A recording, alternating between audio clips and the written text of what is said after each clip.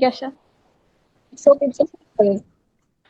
ওকে, আজকের ক্লাস অল্প সময় হবে, খুব বেশি সময় হবে না, 30 মিনিটসের মতো ক্লাস হবে, তারপরে আমাদের আপনাদের ছুটি। তো আমরা বাংলার প্রথম ক্লাস আজকে, বাংলার প্রথম ক্লাস।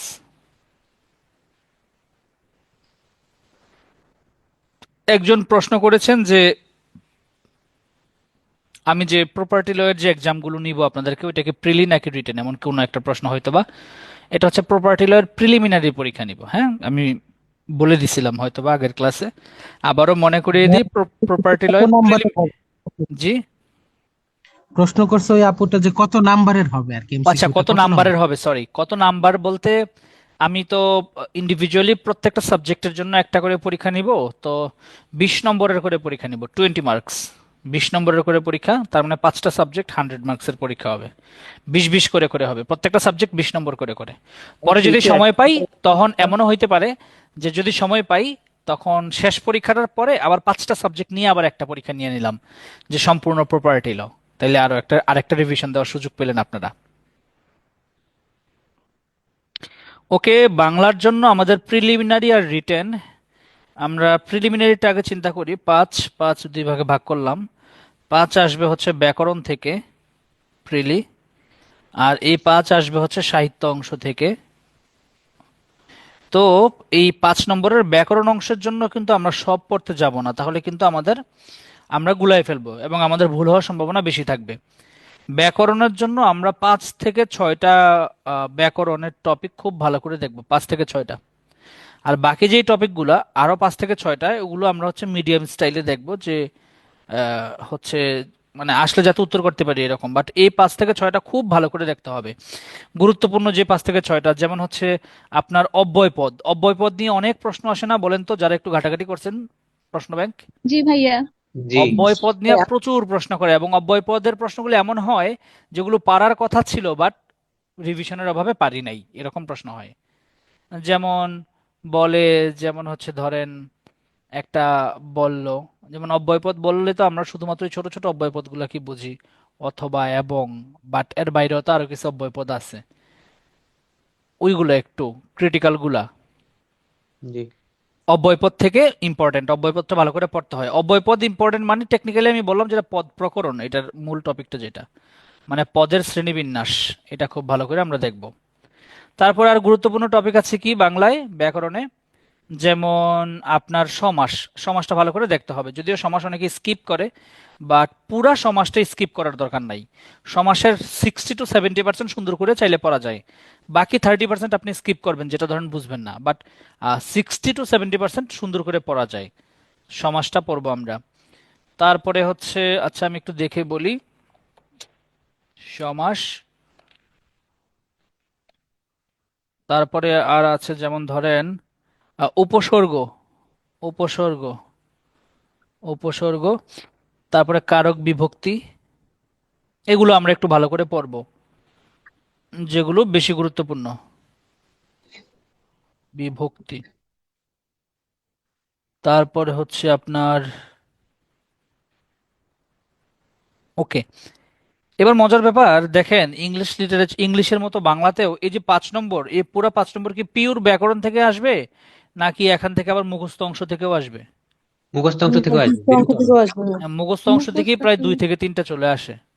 তার মানে আপনি ব্যাকরণ থেকে মাত্র 2টা প্রশ্ন হয়তোবা কমন পাবেন হয়তোবা, আর বাকি 2 থেকে 3টা পাবেন মুখস্থ অংশ থেকে। মুখস্থ অংশ কি কি? যেমন হচ্ছে ধরেন বাগধারা। যেমন পরের যে অ্যাসাইনমেন্ট গুলো আমি আপনাদের, এক্সাম গুলো আমি দিব, ওই এক্সামই আমরা এগুলো শুরু করে দিব মুখস্থ করা। এক্সাম গুলো নেওয়ার টার্গেট এটাই যে আমি আপনাদেরকে মুখস্থ করাই নিব ফাঁকে ফাঁকে। এবং আমি বাগধারা আমি একদম পেজ ভেঙে ভেঙে দিব, কোন বইয়ের কোন পেজ থেকে কোন পেজ পর্যন্ত পড়বেন, যাতে করে আপনার সাথে আমার একটা রিদম থাকে। বাগধারা। তারপরে হচ্ছে আর মুখস্থ অংশ হচ্ছে সমার্থক শব্দ। বইগুলোও যদি বলে দিত। অবশ্যই অবশ্যই বলে দিব। তারপরে হচ্ছে বিপরীত শব্দ। এগুলো আমরা খুব ভালো করে মুখস্থ করব, কারণ এগুলো মনে থাকে। পারিভাষিক শব্দ। তারপরে হচ্ছে এগুলাই মোটামুটি। তো গেল আমার ব্যাকরণ আর হচ্ছে এই মুখস্থ অংশ, যেগুলো দিয়ে আমরা এই 5 নম্বর কাভার দিব। এবার সাহিত্য থেকে থাকবে 5 নম্বর। এই সাহিত্যের আবার 3টা ভাগ আমরা জানি সাহিত্যের। একটা হচ্ছে প্রাচীন যুগ, আর একটা মধ্যযুগ, আর একটা হচ্ছে আধুনিক যুগ। আমার যতটুকু বলে মন বলে যে এই প্রাচীন যুগ থেকে আসে একটা, মধ্যযুগ থেকে আসে একটা, আর বাকি 3টা আসে কোত্থেকে বলেন তো? আধুনিক। আধুনিক যুগ। আধুনিক যুগ থেকে। সেজন্য এটা একটা খুব টাফ ডিসিশন ভাই, কোন যুগটা ভালো করে পড়বে, এটা টাফ ডিসিশন। কেন? আধুনিক যুগ থেকে 3টা আসে ভালো, বাট আধুনিক যুগটা কিন্তু একটু তুলনামূলক কঠিন, এটা কি জানেন? জি জি, ভাইয়া। অনেক অনেক ঐতিহাসিক। অনেক লেখক, তারপরে রবীন্দ্র নজরুল তো ওরে বাবারে বাবা, ওদের তো ভিতরে ঢুকে না পড়লে তো জীবনে কমন পড়ে না। রবীন্দ্র নজরুলটা তো একটু ভিতরে ঢুকে পড়া লাগবেই, মানে যতটুকু গভীরে ঢোকা যায় ততটুকু আর কি। সো আধুনিক যুগটা 3টা প্রশ্নের সংখ্যা বেশি হলেও এটা একটু কঠিন। আর অন্যদিকে কম্পারেটিভলি প্রাচীন যুগ আর মধ্যযুগ এটা কিন্তু একটু ছোট, তাই না সাইজটা? মানে জি, যেমন আমি জি যখন ভাইয়া। পড়াবো আমি কিন্তু ভেঙে ভেঙে পড়াবো, প্রাচীন যুগ ভেঙে ভেঙে পড়াবো। মানে প্রাচীন যুগের আমাদের একটা ক্লাস হবে, তারপরে মধ্যযুগের একটা বা 2টা ক্লাস হবে, তখন কিন্তু আপনারা বুঝবেন যে আলহামদুলিল্লাহ ভাই আমরা পারবো, প্রাচীন যুগ থেকে আসলেও পারবো, মধ্যযুগ থেকেও আসলেও পারবো। তার মানে এই 2টা মার্কস একদম খুব ভালো করে সিকিউর করতে হবে, এই 2টা মার্কসে কোনো ছাড় দেওয়া যাবে না। এই 2টা মার্কস আমার লাগবেই, যে কোনো ভাবেই হোক, যে কোনো মূল্যেই হোক, প্রাচীন যুগ আর মধ্যযুগ। এবার এই আধুনিক যুগের যে 3টা প্রশ্ন আসবে, মজার ব্যাপার, এই 3টা আমি যেই প্যাটার্নে পড়াবো এই প্যাটার্নে পড়লে 3টা থেকে 3টা না পড়লেও কমপক্ষে কয়টা পারা যাবে বলুন তো? 1 থেকে 2টা 2টা। পারা যাবে। তো যদি 1 থেকে 2টা পারেন তখন এখান থেকে দেখেন 1 2, আর এদিকে ধরেন 1, ধরেন কম ধরেন 3, 5 থেকে 3 আপনার কনফার্ম থাকলো, রিস্ক নিয়ে আর একটা দাগালে দাগালে না দাগালে নাই। তো দেখেন এই মোট মিলে এই 10-এর থেকে আপনার টেকনিক্যালি যদি 10-এর থেকে বাংলায় 6 রাখতে পারেন, এটা এটা পজিটিভ নম্বর একটা। অনেকে কিন্তু উল্টা 10-এর থেকে মাইনাস মার্কিং খায়, জানেন এটা আপনারা? জি, ব্যাকরণ অংশ কঠিন। মাইনাস মার্কিং খায় কিন্তু বাংলায় সবাই, যারা প্রিলিমিনারিতে অনেকেই আছে ওই 9-10-এর বেসিক বা ইন্টারমিডিয়েটের বেসিক দিয়ে দাগায় ফেলে, তখন তারা মাইনাস মার্কিং খায়। মানে লতে ধরেন সে ল দিয়েই পাশ করে ফেলার কথা ছিল, উল্টা বাংলার জন্য গিয়ে ফেল করে। সো বাংলা আন্দাজে দাগানো যাবে না প্রিলিমিনারিতে, প্রথম কথা হচ্ছে এটা। আর দ্বিতীয় কথা হচ্ছে বাংলা একদম বেছে বেছে প্রিপারেশন নিতে হবে, জানতে হবে যে প্রাচীন যুগের আমার 1 নম্বর কমন আছে, মধ্যযুগের আমার 1 নম্বর কমন আছে, আধুনিক যুগ থেকে একটা এমনিই পারবো আমরা, এখান থেকে তো 3 নম্বর চলে চলে আসতেছে।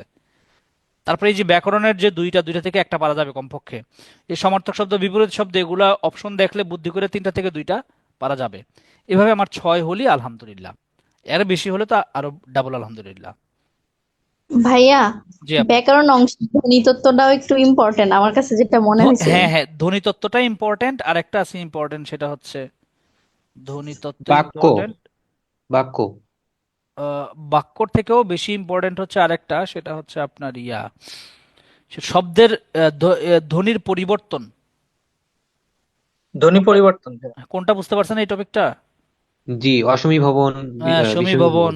এগুলা, বিষমী ভবন, লাল নাল, ওগুলা। এই পরিবর্তন ওইটা এই দ্বিতীয় পরিচ্ছেদে আছে, হ্যাঁ যেটা এটা এই আসে অধ্যায়ে। পরীক্ষায় অনেক, এই ধ্বনির পরিবর্তন ও ধ্বনিতত্ত্বের মধ্যেই আছে, তাই তো? হ্যাঁ হ্যাঁ, ওই চ্যাপ্টারই ভেরি গুড, আছে। হ্যাঁ হ্যাঁ হ্যাঁ, এইটা খুব বেশি ইম্পর্টেন্ট এই ধ্বনির পরিবর্তনটা।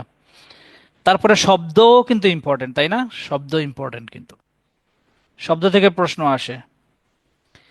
ওকে, আমরা একটা ওভারঅল শর্টকাট আলোচনা করলাম বাংলা নিয়ে, যেটা না করলেই নয়। এবার আমরা একটু বইগুলো নিয়ে কথা বলি। বাংলার জন্য কি কি বই আমরা একবার চেক দিই যে আমাদের সবগুলো বই আছে কিনা। 1 নম্বরে হচ্ছে আপনার অভি অভিযাত্রী না কি জানি, অগ্রদূত, অগ্রদূত। অভিযাত্রী বইটাও ভালো, হ্যাঁ, ওইটাও কেউ চাইলে কিনতে পারেন, অগ্রদূত বাংলা, এটা লাগবে। 2 নম্বরে হচ্ছে সৌমিত্র শেখরের বইটার নাম সাহিত্য জিজ্ঞাসা, সাহিত্য জিজ্ঞাসা। এই দুইটা আমি ম্যান্ডেটরি সবাইকে বলি কিনতে, হ্যাঁ, বাট এক্সট্রা বই যদি কেউ কিনেন তাহলে কিনবেন কোনটা? অভিযাত্রী, এক্সট্রা বই যদি কেউ কিনেন। ওকে। আর আপনার সাহিত্য অংশের জন্য, ভাইয়া জি আপু বলে ফেলেন। ভাইয়া অভিযাত্রী কি আপনি এটিএম এর কথা বলতেছেন না? আরো একটা যে আছে অভিযাত্রী এই বই যে মানে একটা মোটা সোটা বিসিএস এর। সাইজের বই আছে না? জি, জি মোটা ভাইয়া, মূল জি ভাইয়া। বইটা। হ্যাঁ হ্যাঁ, চাকরির ওইটা জন্য চাকরির মূল জন্য বই। একটা আমার অভিযাত্রী। আমার একটা হ্যাঁ। আচ্ছা ভাইয়া, ঠিক আছে। এই ওকে। টিটেমটা তো অনেক হ্যাঁ, ওকে। আর হচ্ছে নবম দশম শ্রেণীর যে মূল বইটা,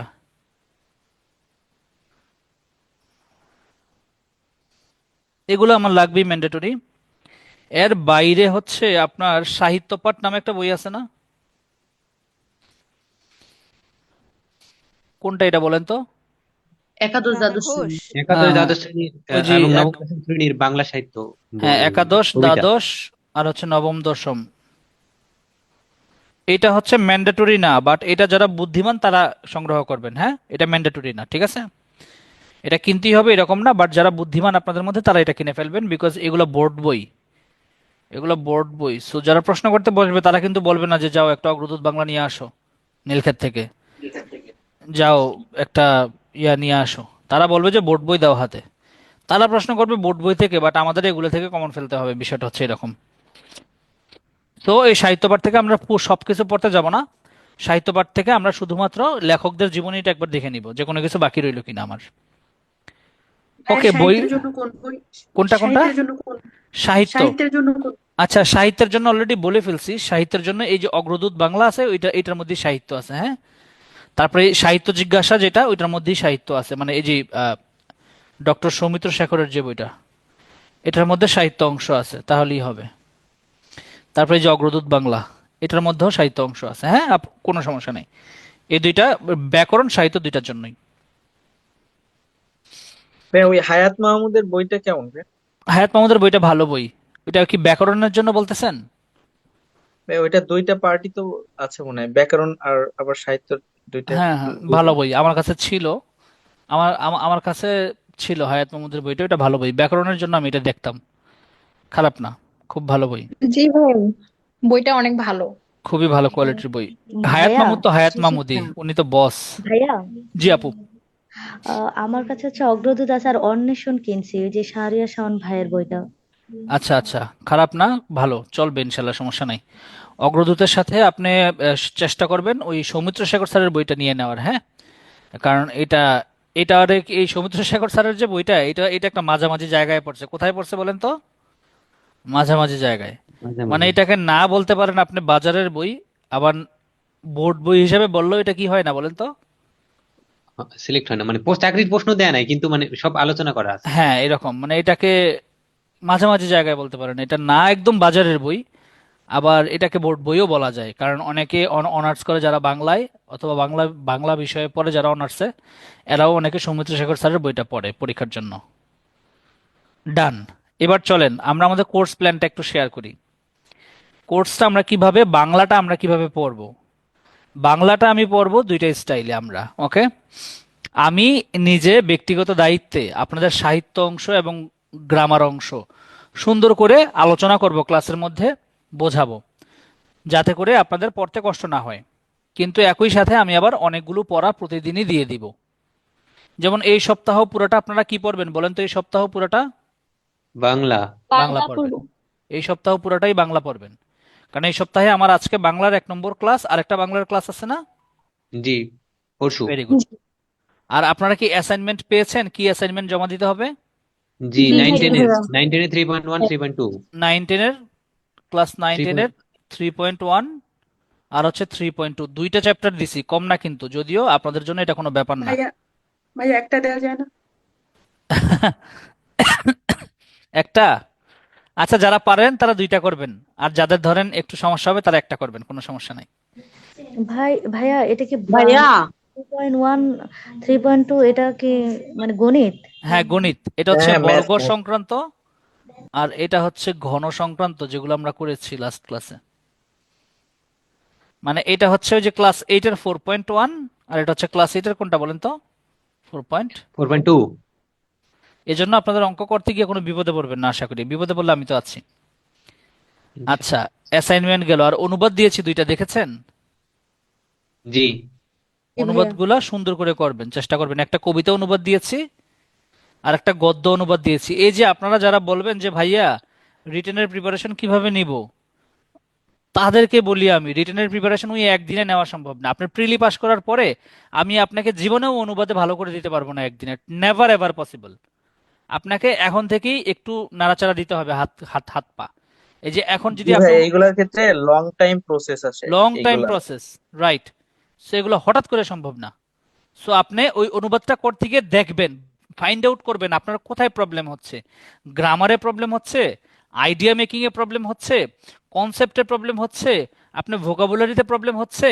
ভোকাবুলারি জানেন বাট ওয়ার্ডগুলোর অ্যারেঞ্জমেন্টে প্রবলেম হচ্ছে, প্রবলেমটা ঠিক কোথায়, তখন এটা আমার সাথে শেয়ার করবেন, কারণ আমরা ট্রান্সলেশনের স্পেশাল ক্লাস করব কিন্তু। আচ্ছা, আর পরীক্ষার সিলেবাস কি দিয়েছি এই উইকের? জি ভাইয়া। Syllabus topic. ভাইয়া আচ্ছা, ক্লাসে বলে দিচ্ছি। আমি একটু মনে করাই দিই ঠিক আরেকবার বলেছেন ভাইয়া। হ্যাঁ, হ্যাঁ দিয়ে দিয়েছেন তো, 3.1 3.2 আর হচ্ছে ইংরেজি সাহিত্য, old and medieval math period দুইটা। ম্যাথ লিটারেচার দিয়েছি হচ্ছে 3.1 আর হচ্ছে 3.2। এটা হচ্ছে কোন ক্লাসের? ক্লাস 9 10। 10-এর। 9 10। ক্লাস 9 9-10। 10। এইটা যেই হ্যাঁ, কথা, আবার 4.1 আর 4.2 একই কথা। তার মানে পরীক্ষা কিন্তু মূলত কয়টা চ্যাপ্টারের? 4টে চারটা চ্যাপ্টার। চারটা। চারটা দেখেন, এটা কিন্তু আপনারা বলেন নাই, কিন্তু আমি কিন্তু এটা বলে দিলাম, কারণ এটা একই জিনিস। তারপরে ওখানে ইংলিশ লিটারেচার আছে, তাই না? ইংলিশ লিটারেচার কোনটা আছে? ভাইয়া ওই ওল্ড এন্ড মিডিয়েবল দুটো। ওল্ড এন্ড মিডল পিরিয়ড এটা। ওল্ড ইংলিশ আর হচ্ছে মিডল ইংলিশ। ভুলে রেনাইসেন্স লিখে দিছি আমি সিলেবাসে, দেখছেন? জি জি ভাইয়া, দেখেছি রেনাইসেন্স স্যার লেখা ছিল। ভাইয়া। রেনাইসেন্সটা হবে না, রেনাইসেন্সটা কিন্তু পড়াই নেই এখনো। এটার সাথে যুক্ত হবে বাংলা। কি যুক্ত হবে? বাংলা। বাংলা। বাংলায় যে আজকের ক্লাসে যেটা পড়বো আর নেক্সট ক্লাসে যেটা পড়বো, তার মানে পড়াশোনা কি জমতেছে না আস্তে আস্তে, বলেন তো? জি। জি ভাইয়া। চলেন এবার ভাইয়া ক্লাস আমি শুরু তো করি। আজকে থেকে ক্লাস শুরু করলাম, তো এইগুলা আপনাকে আপনাকে অভিবাদন। আপনার নাম কি, যিনি আজকে থেকে ক্লাস শুরু করলেন? আলিফ। আলিফ ভাইয়া, আলিফ। আলিফ ভাইয়া। আপনার ক্যাম্পাস কোনটা? আমার হচ্ছে Northern university Northern Bangladesh. University, very good. আপনি কি বুঝতে পারতেছেন আমরা সবাই যে একটা পড়াশোনার ফ্লোতে আছি? জি প্রথম ভাইয়া, ক্লাসে এটা কি বুঝতে মনে পারছি। হচ্ছে? তাহলে ঠিক জি আছে, আলহামদুলিল্লাহ, খুবই ভালো। আপনার সাথে থাকেন, কোনো টেনশন নাই, আমরা আছি আপনার সাথে। চলেন আজকের ক্লাসটা আমরা শুরু করি, আপনাকে আমি বুঝাই দিব, কোনো সমস্যা নাই। তো সবাই অগ্রদূত বাংলা বইটা খুলেন। খুলেছেন কিনা আমাকে জানান।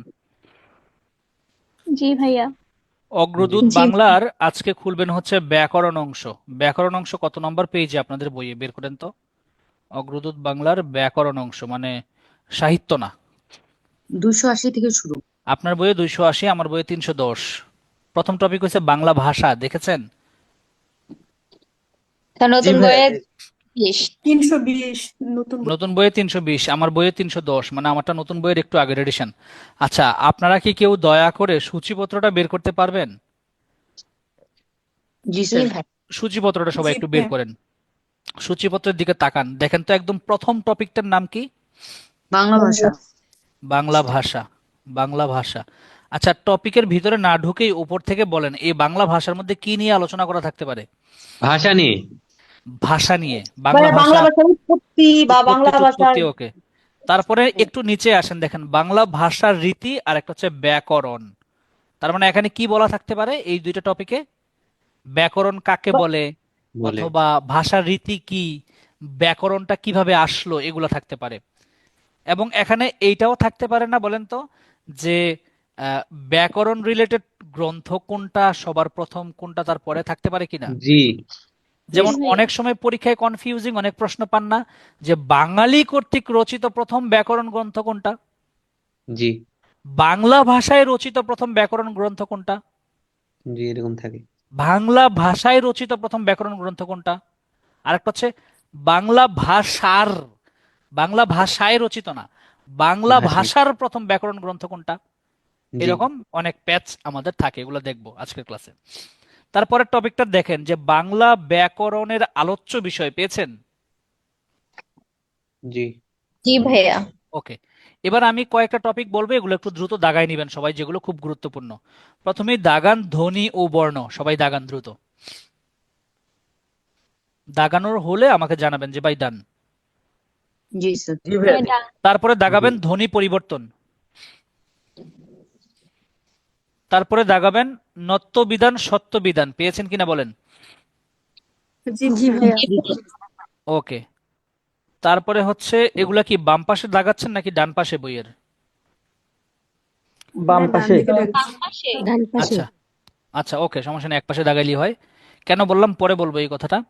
তারপরে দাগাবেন হচ্ছে সমাস, পেয়েছেন কিনা বলেন। জি ভাইয়া। তারপরে জি দাগাবেন ভাইয়া। হচ্ছে উপসর্গ, তারপরে দাগাবেন হচ্ছে শব্দ, তারপরে দাগাবেন পদ প্রকরণ, পেয়েছেন কিনা বলেন। জি ভাইয়া। তারপরে জি দাগাবেন পেয়েছি। কারক ও বিভক্তি, কারক ও বিভক্তি। তারপরে বাক্য, বাক্য, বাক্যর পরে হচ্ছে আর কিছু না, শেষ। এগুলো ব্যাকরণের গুরুত্বপূর্ণ জিনিস। এবার মুখস্থ অংশ কোনগুলো এগুলো একবার বলে দেই, জি দাগায় ফেলেন। জি মুখস্থ ভাইয়া। অংশ প্রথমে দাগাবেন হচ্ছে সমার্থক শব্দ, পেয়েছেন কিনা বলেন। জি সমার্থক শব্দ দাগান, দাগান, যার কাছে বই নেই কোনো চাপ নিয়েন না। সমার্থক শব্দ, তারপরে বিপরীত শব্দ পেয়েছেন কিনা বলেন। জি ভাইয়া। সমার্থক শব্দের পরেই বিপরীত শব্দ। তারপরে মুখস্থ অংশ আছে আর হচ্ছে বাগর্থ ও বাগধারা, বাগধারা সোজা কথা, বাগধারা দাগান, বাগধারা। জি তারপরে প্রবাদ প্রবচন, এটাও দাগান, কারণ প্রবাদ প্রবচন অনেক সময় বাগধারার সাথে মিলায় চলে আসে। প্রবাদ প্রবচন, ভাইয়া ভাইয়া এটা ব্যাকরণ উল্টাপাল্টা করে আসে, একবার বাগদারা আসলে পরের বার প্রবাদ প্রবচন হ্যাঁ আসে পরে। আসে। বাগধারা, প্রবাদ প্রবচন, আর মুখস্থ অংশ কি আছে, আর আর আর আর আর আর- আর- ভাইয়া ব্যাকরণ অংশ উপসর্গ অনুসর্গ বলবেন না? হ্যাঁ উপসর্গ অনুসর্গ, হ্যাঁ এই দুইটা কি দাগাইছেন, উপসর্গ অনুসর্গ ব্যাকরণের দুইটাই দাগান। জি ব্যাকরণ গুলো আরেকবার বললে ভালো হতো ভাই। ব্যাকরণগুলো আরেকবার বলি। ধ্বনি ও বর্ণ সবার উপরে প্রথমটা, ধ্বনির জি পরিবর্তন, নত্যবিধান সত্যবিধান, তারপরে হচ্ছে উপসর্গ, সমাস, তারপরে হচ্ছে শব্দ, তারপরে হচ্ছে আহ, আহ, উ- পদ প্রকরণ। কারক ও বিভক্তি, পদ প্রকরণ, অনুসর্গ, জি এগুলাই, আর কিছু লাগবে না। জি বাক্য বলেছিলাম স্যার। বাক্য, হ্যাঁ বাক্য। আচ্ছা, এই যে আমি আপনাদের সাথে এতক্ষণ এই দাগাদাগির আলাপ করলাম কেন বলেন তো, শুধু দেখার জন্য আমাদের টপিক কি কি আছে। টপিক জি একবার দেখা হয়ে গেল না কি কি আছে এর মধ্যে। জি জি ভাইয়া। আর বলেন তো বাংলায় লিখিত অংশে কি কি আসে পরীক্ষায়। ভাব ভাই বাক্য সম্প্রসারণ শুদ্ধিকরণ রচনা, আছে। লিখিত ভাব অংশে ভাব সম্প্রসারণ আসে, সারাংশ ভাইয়া সারমর্ম আসে, পত্র লিখন শুদ্ধিকরণ, আসে, তারপরে শুদ্ধিকরণ আসে ভাইয়া। শুদ্ধিকরণ আসে। ভেরি গুড, ওকে। এগুলো আমরা দেখবো আস্তে আস্তে। এবার আমরা একটু একদম বইয়ের ভিতরে ঢুকে যান। এবার 310 পৃষ্ঠা আমার বইয়ে, আপনার বইতে কত জানি না। একদম ভাইয়া, প্রথম যে টপিকটা, হ্যাঁ আপু বলে ফেলেন। বলতে চাচ্ছিলাম যে যে ব্যাকরণের জন্য আহ, আমাদের যে অগ্রদূত আর একটা হচ্ছে সাহিত্য পাঠ আর একটা যেন কি সাহিত্যের জন্য একটা বলছেন সমুদ্র শিখরের বইটা। তো আমি যদি একটা বই কিনি হ্যাঁ তাহলে আমি শুধু অগ্রদূত কিনবো, সেই ক্ষেত্রে কেমন হবে? আর যদি বাংলার জন্য হচ্ছে শুধু নবম দশমের বইটা এই করি, গ্রামারের জন্য যেটা। খারাপ না, ভালো হবে, খারাপ না একদম। একটা বইও যদি কেউ ভালো করে পড়ে আমি সবসময় এনকারেজ করি, এটা খারাপ হয় না, এটা ভালো হয়। বাট যদি আপনার হচ্ছে এক্সট্রা বই কেনার ইচ্ছা থাকে তাহলে ওই বইগুলো নিবেন আপু, হ্যাঁ যেগুলো আমি বললাম। আর যদি মনে হয় জি যে একটু মাঝে মাঝে নাড়াচাড়া করার জন্য, ভাইয়া জি ভাইয়া, সাপোর্ট হিসাবে কাজ করবে আর হ্যাঁ কি। হ্যাঁ শুধু সাপোর্টের জন্য। আপু বলেন। আমি জি আমি MP3 থেকে মানে প্রিলিও দিছি, রিটেনও দিছি, তো হচ্ছে MP3 মানে একটা বই নাকি পড়া ভালো, দুই তিনটা নাকি পড়া ভালো না। MP3 পড়ছিলাম আর সৌমিত্র শেখর পড়ছিলাম। কোয়াইট ফাইন, MP3 বই ভালো বই, আমি সবসময় বলি MP3 বই খুব ভালো বই। যদি MP3 পড়েন তাহলে MP3টা খুব ভালো করে পড়েন। বাংলার জন্য যেমন আমি আপনাদেরকে, আমি নর্মালি অগ্রদূত পড়ছিলাম, তো আমি অগ্রদূতটাই পড়াবো বাংলার জন্য আপনাদেরকে। তবে আমি এক্সট্রা বইয়ের নাম কেন বলে দিলাম, ও বইটা থাকা ভালো আর কি। কারণ মাঝে মধ্যে আপনার যখন কোশ্চেন আসবে তখন দেখবেন যে একটা বইয়ে পাবেন না সবগুলা, দুই তিনটা বই খুঁজলে একটু পাওয়া যায়। যেমন হচ্ছে মুখস্থ অংশটা বিশেষ করে জি আমি যেমন দেখেছিলাম একবার কিছু প্রশ্ন, যে কোনো একটা বই থেকেই সবগুলো আসে না, মুখস্থ অংশটার কথা বলতেছি। এজন্য আমি একটা চালাকি করতাম। আমি হচ্ছে মুখস্থ অংশ ধরেন বাগধারা যখন পড়তাম তখন অগ্রদূত বইটা খুললাম, খোলার পরে বাগধারা যেগুলো আমি পারি ওগুলো আমি দাগাতামও না, কিছুই করতাম না, ওগুলো ওগুলোর মতোই থাকুক। বাট ধরেন যে বাগধারাগুলো আমার কাছে কঠিন লাগতেছে ওগুলাতে আমি একটা লাল দাগ দিয়ে রাখতাম বা একটা টিক চিহ্ন দিয়ে রাখতাম। তো এভাবে দেখতাম যে বইয়ে বাগধারা ছিল 300, আমার 150 বাদ হয়ে গেল, 150 আমি পারি, আর বাকি 150-তে আমার দাগ ছিল। তারপরে এবার আমি ধরেন অভিযাত্রী নিলাম। অভিযাত্রীতে গিয়া শুধু আমি এটা দেখতাম যে এখানে কোন বাগধারাটা আছে যেটা আমার অগ্রদূতে নাই। এটা বের করতে বেশি সময় লাগে না, আধা ঘন্টার কাজ যেগুলা। তখন ওই অভিযাত্রীটা বা হচ্ছে ধরেন সৌমিত্র শেখরের বইটা, তখন হচ্ছে আমি একবার মানে একটু দেখে নিতাম আর কি। হ্যাঁ, এইভাবে। ভাইয়া শিকড় বাংলা প্রশ্নপাঠ ওইটাও পড়ছিলাম, ওইটা কি শিকড় আমার কাছে ছিল, আমিও শিকড় পড়ছি। শিকড় প্রশ্নপাঠ? যখন আমি অগ্রদূত পড়ছি আর হচ্ছে সৌমিত্র শেখর পড়ছি, পড়ার পরে শিকড়ে গিয়ে আমি দেখলাম সবই পারি। আর শিকড়ের মধ্যে কয়েকটা আবার আনকমন দেওয়া আছে, এটা আপনারা খেয়াল করছেন কিনা জানি না। শিকড়ে আবার কয়েকটা আনকমন বাগধারা দেওয়া আছে। যেমন হচ্ছে 2 নদীর মধ্যবর্তী স্থানকে কি বলে? মোহনা না নাকি ম্যাডাম, জানি না, ভুলে গেছি। দোয়াব। দোয়াব। এই দোয়াব, হ্যাঁ, এই দোয়াবটা অন্য কোনো বইয়ে আমি পাই নাই, মানে হচ্ছে পরে দেখলাম এটা শিকড়ে আবার আছে। এটা আসছিল এটি জুডিশিয়ারিতে আসছিল এটা। হ্যাঁ, তো এই জন্য আমরা একটা বই বেস করে পড়বো। আপু একটা ভালো কথা বলছে, একটা বই ভালো করে পড়বেন, তারপরে অন্য বইয়ে শুধু দেখবেন যে কোনটা বাকি আছে। ওকে, তো এই বাংলা ভাষা আমরা যে টপিকটা শুরু করলাম এখন, বাংলা ভাষা, এখান থেকে আমি পড়ানোর মতো খুব বেশি কিছু নাই, এটা আপনারা নিজেরাই পড়ে ফেলবেন যে ভাষা কি, ভাষা কাকে বলে, মনের ভাব প্রকাশের প্রধান মাধ্যম কি, এগুলো সিম্পল সিম্পল এমসিকিউ। এই এমসিকিউ গুলো আপনারা নিজেরা দেখবেন। হ্যাঁ, যে প্রথম টপিকটা বাংলা ভাষা, এটা আপনারা নিজেরা দেখে নেবেন, বাংলা ভাষা। তারপরে দ্বিতীয় টপিক যেটা আমরা দেখব যে বাংলা ভাষা রীতি। বাংলা বাংলা ভাষা রীতি। এই বাংলা ভাষা রীতিতে আলোচনা করা হবে হচ্ছে আপনার এই যে চলিত ভাষা রীতি, সাধু ভাষা রীতি, হ্যাঁ, এই জিনিসগুলা। যেমন হচ্ছে আপনাদেরকে কয়েকটা প্রশ্ন করি এখান থেকে, যেগুলো আসে পরীক্ষায় তখন বুঝে যাবেন। যেমন হচ্ছে বন্য, বন্য এটা হচ্ছে এটার চলিত রূপ কি হতে পারে? বন্য এটার চলিত বুনু রূপ, বুনু চলিত রূপ বুনো। বনো, বন্য বনো। ওকে, তার মানে এটা হচ্ছে আপনার সাধু আর এটা হচ্ছে আপনার চলিত। তো এখান থেকে এই এমসিকিউ গুলো আপনারা নিজেরা সলভ করে নেবেন। যেমন হচ্ছে আরো একটা বলি, আহ যেমন আমরা বললাম যে আহ জুতু, জুতু এটা কোন ধরনের ভাষা? জুতু চলিত ভাষা। চলিত। চলিত চলিত। চলিত। আর এটা সাধু কি হবে? জুতা। জুতা জুতা। জুতা। হ্যাঁ, এটা সাধু হবে জুতা। তো এরকম আপনারা এমসিকিউ গুলো এটা একটু নিজেরা দাগায় ফেলবেন, এখানে যতগুলো আছে এই কথ্য বাংলা ভাষা রীতি। আমি চলে যাব এখন সরাসরি ব্যাকরণ অংশে। দেখেন ব্যাকরণটা পেয়েছেন কিনা সবাই? জি ভাইয়া। জি ভাইয়া, পেয়েছি। আমরা এখন চলে যাব ব্যাকরণ অংশে। এবার এই ব্যাকরণ রিলেটেড কিছু প্রশ্ন সবসময় কিন্তু আমাদের একটু কনফিউজড হয়ে যায় পরীক্ষার হলে, যে যদি ব্যাকরণ অংশটা এখন আমরা দেখি। দেখেন কি কি প্রশ্ন আসতে পারে এই ব্যাকরণ অংশ থেকে। আসতে পারে এমন একটা প্রশ্ন যে বাংলা ভাষার, বাংলা ভাষার প্রথম ব্যাকরণের নাম কি? প্রথম ব্যাকরণ কোনটাকে বলা হয়? বাংলা ভাষার প্রথম ব্যাকরণ, এটা একটা প্রশ্ন, বেসিক প্রশ্ন, যেখান থেকে প্রশ্ন শুরু হইল। সেটার নাম হচ্ছে ভোকাবুলারিও। দেখেন নামটা আছে না আপনাদের বইয়ে?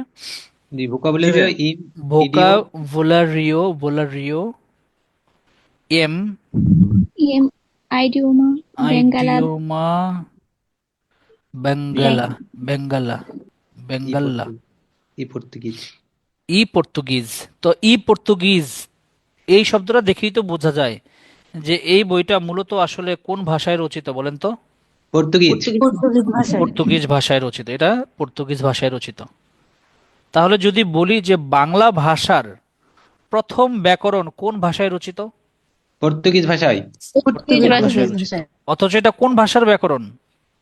বাংলা ভাষার ব্যাকরণ। বাংলা ভাষার ব্যাকরণ, এটা একটা এমসিকিউ আসতে পারে যে এটা কোন ভাষায় রচিত, পর্তুগিজ ভাষায় প্রথম যে ব্যাকরণটা। আর এটার রচয়িতা কে, এটা যদি আসে তিনিও অবশ্যই একজন পর্তুগিজই হবেন, যেহেতু পর্তুগিজ ভাষায় রচিত। তার নাম আমরা আবার সবাই জানি, মনুয়েল মনুয়েল দা Assunção. দা আসুসুম্পাসাও। এটা হচ্ছে উনি এটার রচয়িতা। তো প্রথম বাংলা ভাষার ব্যাকরণ বলা হয় এটাকে, প্রথম বাংলা ভাষার ব্যাকরণ বলা হয় এটাকে, এবং এটা পর্তুগিজ ভাষায় রচিত। এবার দ্বিতীয় আরো একটা বই আছে, এইটা আপনার হচ্ছে, যেমন এটা পর্তুগিজ ভাষায় রচিত, দ্বিতীয় একটা বই আছে, এটা হচ্ছে ইংরেজি ভাষায় রচিত বাংলার ব্যাকরণ, ইংলিশ ল্যাঙ্গুয়েজ। মজার জিনিসটা, এটা ইংলিশ ল্যাঙ্গুয়েজ। এটার নাম কি? Brassey Halhed. এটার নাম হচ্ছে a grammar of grammar, the language. Grammar of the বেঙ্গল language. Uh a grammar grammar the of Bengal of language. The Bengal language নাকি Bengali language? Bengal language. Bengali বে- language. Bengal language, Bengali language. Bengali, Bengali না, বেঙ্গল। বেঙ্গল, বেঙ্গল, শেষের অংশটা মনে রাখতে হবে, ল্যাঙ্গুয়েজ। এটা হচ্ছে ইংরেজি ভাষায় রচিত ব্যাকরণ, বাংলা ভাষার ব্যাকরণ, অথচ ইংরেজি ভাষায় রচিত। এটা রচনা করেছেন যে, তার নাম হচ্ছে Nathaniel Brassey Halhed. Nathaniel Nathaniel Brassey Halhed. এখন মজার ব্যাপার, অনেক সময় দেখবেন পরীক্ষার হলে, মজার ব্যাপার, এইটাকেও বলা হয় প্রথম ব্যাকরণ। কি বলা হয় বলেন তো? প্রথম ব্যাকরণ। অনেক সময় ব্যাকরণ। দেখবেন কোশ্চেন সলভ করতে গিয়ে যে বাংলা ভাষার প্রথম ব্যাকরণ গ্রন্থের রচয়িতাকে, উত্তর বলে নাথানিয়েল ব্রাসি হেলহেড। কিন্তু মূলত এটা কোন ভাষায় রচিত? ইংরেজি ভাষায়। এখন এই দুইটার মধ্যে একটা কনফিউশন আছে, এটাও দূর করে দিই। এই প্রথমটা হচ্ছে প্রথম রচিত বাংলা ভাষার ব্যাকরণ যদি বলে, শুধু ব্যাকরণ। আর এইটা যদি আসে পরীক্ষায়, তখন অবশ্যই আসবে ব্যাকরণ গ্রন্থ। কি বলেন তো? ব্যাকরণ গ্রন্থ। গ্রন্থ। যদি এবার আমি আপনাদেরকে প্রশ্ন করি, বলেন বাংলা ভাষার প্রথম ব্যাকরণ কোনটি? ভোকাবুলারিও ই ইডিও ভোকাবুলারিও। বেঙ্গলি ই পর্তুগাজ। আর বাংলা ভাষার প্রথম ব্যাকরণ গ্রন্থ কোনটি? A grammar of the Bengal language. Right. তাহলে এখন কি আর কখনো ভুল হবে? grammar of Bengal language. Very good. গ্রন্থ মানে হচ্ছে এটা গ্রন্থ আকারে পাবলিশড হয়েছিল। আর এইটা যদিও আসলে এটাকে আমরা ব্যাকরণ বলি, বাট ইন সেন্স এটা হচ্ছে কাইন্ড অফ, এটা কিন্তু প্রথম ওয়ার্ডটা দিয়েই বোঝা যাচ্ছে মূলত এটা কি ছিল। অভিধান। ভোক্যাব মানে কি বলেন তো? অভিধান। অভিধান। অভিধান। রাইট। ওকে। এই জন্য যদি আবার প্রশ্ন করে এরকম যে বাংলা ভাষার প্রথম ব্যাকরণ অভিধানের নাম কি, তখন উত্তর কি হবে? ভোকাবুলারিও ইডিও বেঙ্গলি ই Very good. পর্তুগাজ। যদি প্রশ্ন আসে বাংলা ভাষার প্রথম ব্যাকরণ অভিধান কোন ভাষায় রচিত? পর্তুগিজ ভাষায় রচিত। ওকে, তাহলে এই আসুসুম্পাসাও আর হচ্ছে ব্রাসি হেলহেডের ঝামেলা আমরা ক্লিয়ার হয়ে গেলাম। তাহলে বলেন সিনিয়র কে, আসুসুম্পাসাও নাকি ব্রাসি হেলহেড? সিনিয়র। রাইট। এই সিনিয়রকে মনে আসুসুম্পাসাও। রাখলেই হবে খালি, ও সিনিয়র, ও হচ্ছে জুনিয়র। ওকে।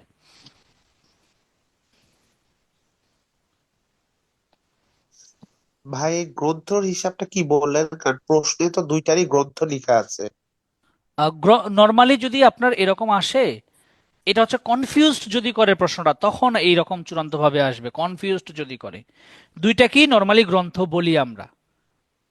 কিন্তু যদি আপনার এই দুইটা অপশনে থাকে, একই প্রশ্নের দুইটা অপশনে থাকে, যদি দেখেন যে ক নম্বরে আছে হচ্ছে ম্যানুয়েল দা আসুসুম্পাসাও, আর খ নম্বরে যদি আসে দেখেন নাথানিয়াল ব্রাসি হেলহেড, তখন আপনি কোনটা দাগাবেন? তখন আপনি দেখবেন অপশনে বা প্রশ্নের মধ্যে কি আছে। প্রশ্নে কি বাংলা ভাষার প্রথম ব্যাকরণ আছে নাকি বাংলা ভাষার প্রথম ব্যাকরণ গ্রন্থ আছে? যদি ব্যাকরণ থাকে তখন আপনি দাগাবেন হচ্ছে কোনটা? ভোকাবুলারি ইডিও ভোকাবুলারিও। বেঙ্গলি। আর যদি ব্যাকরণ গ্রন্থ আসে তখন দাগাবেন কোনটা? এ গ্রামার অফ বেঙ্গলি ল্যাঙ্গুয়েজ।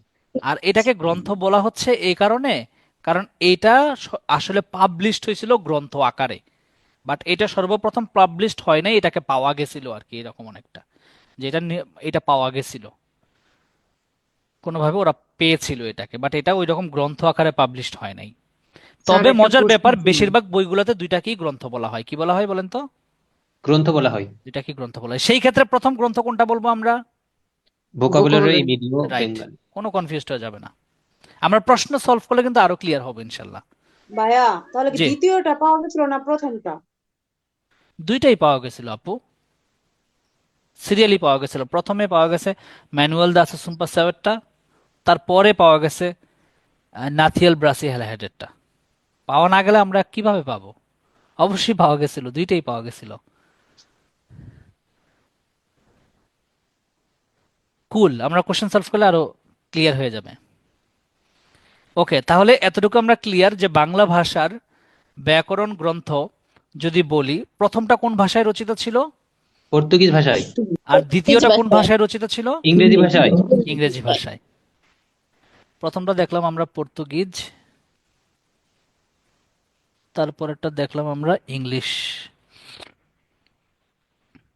এবার আমরা আরো একটা ইংরেজি ভাষায় রচিত বাংলা ভাষার ব্যাকরণ আমরা দেখব, আরো একটা ইংরেজি ভাষায় রচিত, কিন্তু এইটা একটু চেঞ্জ আছে, নামটাতে স্লাইট চেঞ্জ। কি দেখেন, আ গ্রামার অফ দি, একটু আগে ছিল বেঙ্গল, এবার কি বলেন তো? বেঙ্গালি। বেঙ্গালি ল্যাঙ্গুয়েজ যদি শেষে লি থাকে, তখন এটার লেখক হয়ে যাবে কে বলেন তো? William Carey. William Carey. William Carey, Carey বানান কি? CARRY নাকি? আচ্ছা, একভাবে লিখে ফেলি। তো এই উইলিয়াম কেরি, এবং এই বইটা আপনার প্রকাশিত হয়েছে 1801 সালে। এই সালটা কিন্তু আবার গুরুত্বপূর্ণ, কেন বলেন তো? শতাব্দী শুরু। আধুনিক যুগের শুরু। আধুনিক যুগের শুরু, আধুনিক। শতাব্দীর শুরু। এই সালে একটা কলেজ প্রতিষ্ঠিত হয়েছিল, ফোর্ট এটা William fort college. William college. Fort William college. Fort William college. Very good. এই সালে, এবং উইলিয়াম কেরি কিন্তু এটার কোন ডিপার্টমেন্টের যেন হেড ছিল, সম্ভবত বাংলা ডিপার্টমেন্টের বা কিছু একটা। বাংলা ডিপার্টমেন্টের হেড ছিল ভাইয়া। তো এই উইলিয়াম কেরি, সে হচ্ছে বাংলা ভাষার জন্য একটা একটা ব্যাকরণ লিখলো। তার উদ্দেশ্যটা ছিল, সে কিন্তু একজন ইংলিশ ম্যান, তাই এই ব্যাকরণটা সে কোন ল্যাঙ্গুয়েজে লিখছে বলেন তো? ইংরেজিতে। ইংলিশ ইংরেজিতে ল্যাঙ্গুয়েজে। লিখেছে। এবং তার ইংরেজিতে। উদ্দেশ্য ছিল যে এই যে ব্রিটিশরা যারা ভারতীয় উপমহাদেশে ছিল তৎকালীন সময়ে, ইস্ট ইন্ডিয়া কোম্পানির, তারা তো বাঙালির সাথে, তারা কি ইংলিশে বললে বাঙালি কি ইংলিশ কথা বুঝবে? না। বাংলা বলতে হবে না? জি। তাদেরকে বাংলা শিখাইতে হবে না? জি। ওকে, তাহলে ইংরেজি ভাষার আরো একটা গ্রন্থ আমরা দেখে ফেললাম। এবার আমরা আসি, এতক্ষণ পর্যন্ত সব বিদেশিরাই লিখতেছে বাংলা ভাষা নিয়ে গ্রন্থ। প্রথমে আসু সুম্পা সাউ লিখলো, তারপরে পরে ব্রাসি হেলহেড লিখলো, এবার উইলিয়াম কেরি লিখলো। এবার প্রথম ব্যাকরণ গ্রন্থ এসে লিখবে একজন বাঙালি, তার নাম হয়েছে রাজা। তার নাম কি? রাজা। রাজা। রাষ্ট্রীয় তার ব্যাকরণ। নাম হচ্ছে রাজা। সে প্রথম বাঙালি যে এখন ব্যাকরণ লিখতে বসবে। এজন্য এই রাজা রামমোহন রায়কে কিন্তু বলা হয় যে বাংলা ভাষার বা বাঙালির নবজাগরণের মানে একটা অগ্রদূত, তাই না? জি। বাংলা ভাষার, যেমন ইংলিশ লিটারেচারে আমরা পরবর্তী ক্লাসে কিন্তু রেনাইসেন্স পড়ব, যে ওল্ড ইংলিশ পিরিয়ড পড়েছি, মিডল ইংলিশ পিরিয়ড পড়েছি। ওল্ড ইংলিশ পিরিয়ডে, মিডল ইংলিশ পিরিয়ডে আমরা কি দেখেছিলাম ইংরেজি সাহিত্যে? সব রাজা বাচ্চাদের নিয়ে লেখা কাহিনী, দৈত্য দানব, সুপারন্যাচারাল বিষয়গুলো নিয়ে লেখা। কিন্তু এই ওল্ড ইংলিশ পিরিয়ড আর মিডল ইংলিশ পিরিয়ড থেকে বের হয়ে রেনাইসেন্সে আমরা কি দেখতে পাবো? ইংরেজি সাহিত্যে কিভাবে বিকাশ হয়। ইংরেজি সাহিত্যে তখন উইলিয়াম শেক্সপিয়ার আসবে রেনাইসেন্সে, উইলিয়াম শেক্সপিয়ার আসবে, তারপরে আর কে কে আসবে? John Milton. হ্যাঁ, আর একটু পরে আসবে উইলিয়াম ওরসুথ, ক্রিস্টোফার মার্লো আসবে। Christopher Marlowe, William very Wordsworth, good. William Wordsworth, আর একটু পরে আসবে থমাস গর্ডন আসবে, নর্টন আসবে। যাই হোক, তো দেখেন এই যে ইংলিশ লিটারেচারে Old English period, Middle English পিরিয়ডের পরে একটা নতুন আলোর দেখা পাবো আমরা, যেটা ইতালির ফ্লোরেন্স শহর থেকে আসলে শুরু হয়েছে রেনাইসেন্সটা। একইভাবে এই বাংলা সাহিত্যের রিনাইসেন্স শুরু হইল রাজা রামমোহন রায়ের মধ্য দিয়ে, এবং তিনি একটা গ্রামার লিখলেন, ইংরেজি ভাষায় লিখলেন। সেটার নাম তিনি দিলেন কি? Bengali Bengali grammar in grammar English language. In English language. কত সুন্দর নাম দিয়েছে, Bengali grammar in English language. মজার ব্যাপার, এ রামমোহন রায় আঙ্কেল বা চাচা, উনি হচ্ছে শুধুমাত্র ইংরেজি ভাষায় বাংলা ব্যাকরণ লেখে নাই, উনি বাংলা ভাষাতেও কি লিখেছে বলেন তো? ব্যাকরণ লিখেছে। বাংলা ব্যাকরণ ব্যাকরণ, লিখেছে, এবং সেটার নাম কি? গৌড়ীয় গৌড় ব্যাকরণ। ব্যাকরণ। গৌড়ীয় গৌড়ীয় ব্যাকরণ। ব্যাকরণ। যদি পরীক্ষায় আসে যে গৌড়ীয় ব্যাকরণ কার রচনা, রাজা রামমোহন রায়। রাজা এখন আর রামমোহন। ভুলবেন? না, গৌড়ীয় ব্যাকরণ, রাজা রামমোহন রায়। এবার রাজা রামমোহন রায়ের পরে আরো একজনকে আমরা জানি, যিনি বাংলা ভাষা বা বাঙালির জীবনে আরো একজন রেনাইসান্সের পিতা বা অগ্রদূত। তার নাম হচ্ছে কি বলেন তো? ঈশ্বরচন্দ্র বিদ্যাসাগর। ঈশ্বরচন্দ্র বিদ্যাসাগর। ঈশ্বরচন্দ্র বিদ্যাসাগর। বিদ্যাসাগরকে নিয়ে কিন্তু একটা মুভি আছে, দেখেছেন? কি মুভি ভাই? দেখবো। ওনার এই নামই, মুভিটার নামই ঈশ্বরচন্দ্র বিদ্যাসাগর। এটা আপনারা দেখবেন, আপনাদের মধ্যে যাদের ধরেন বিদ্যাসাগর, সিনেমাটার নাম বিদ্যাসাগর। বিদ্যাসাগর, হ্যাঁ, আপনাদের মধ্যে যাদের হচ্ছে আহ ওহ, আপনাদের মধ্যে আছে কে মনে হয় ক্লাসে ঢুকতে পারতেছেন, একটু দেখি, হ্যাঁ, লেট মি চেক, এক সেকেন্ড। ইজ দেয়ার এনিওয়ান যে ক্লাসে ঢুকতে পারতেছে না? এটা খুব পেইনফুল যে 3টা বই ঘাটলে 4টা পাওয়া যায় মোটামুটি। আচ্ছা, কই সবাই তো ক্লাসে আছে।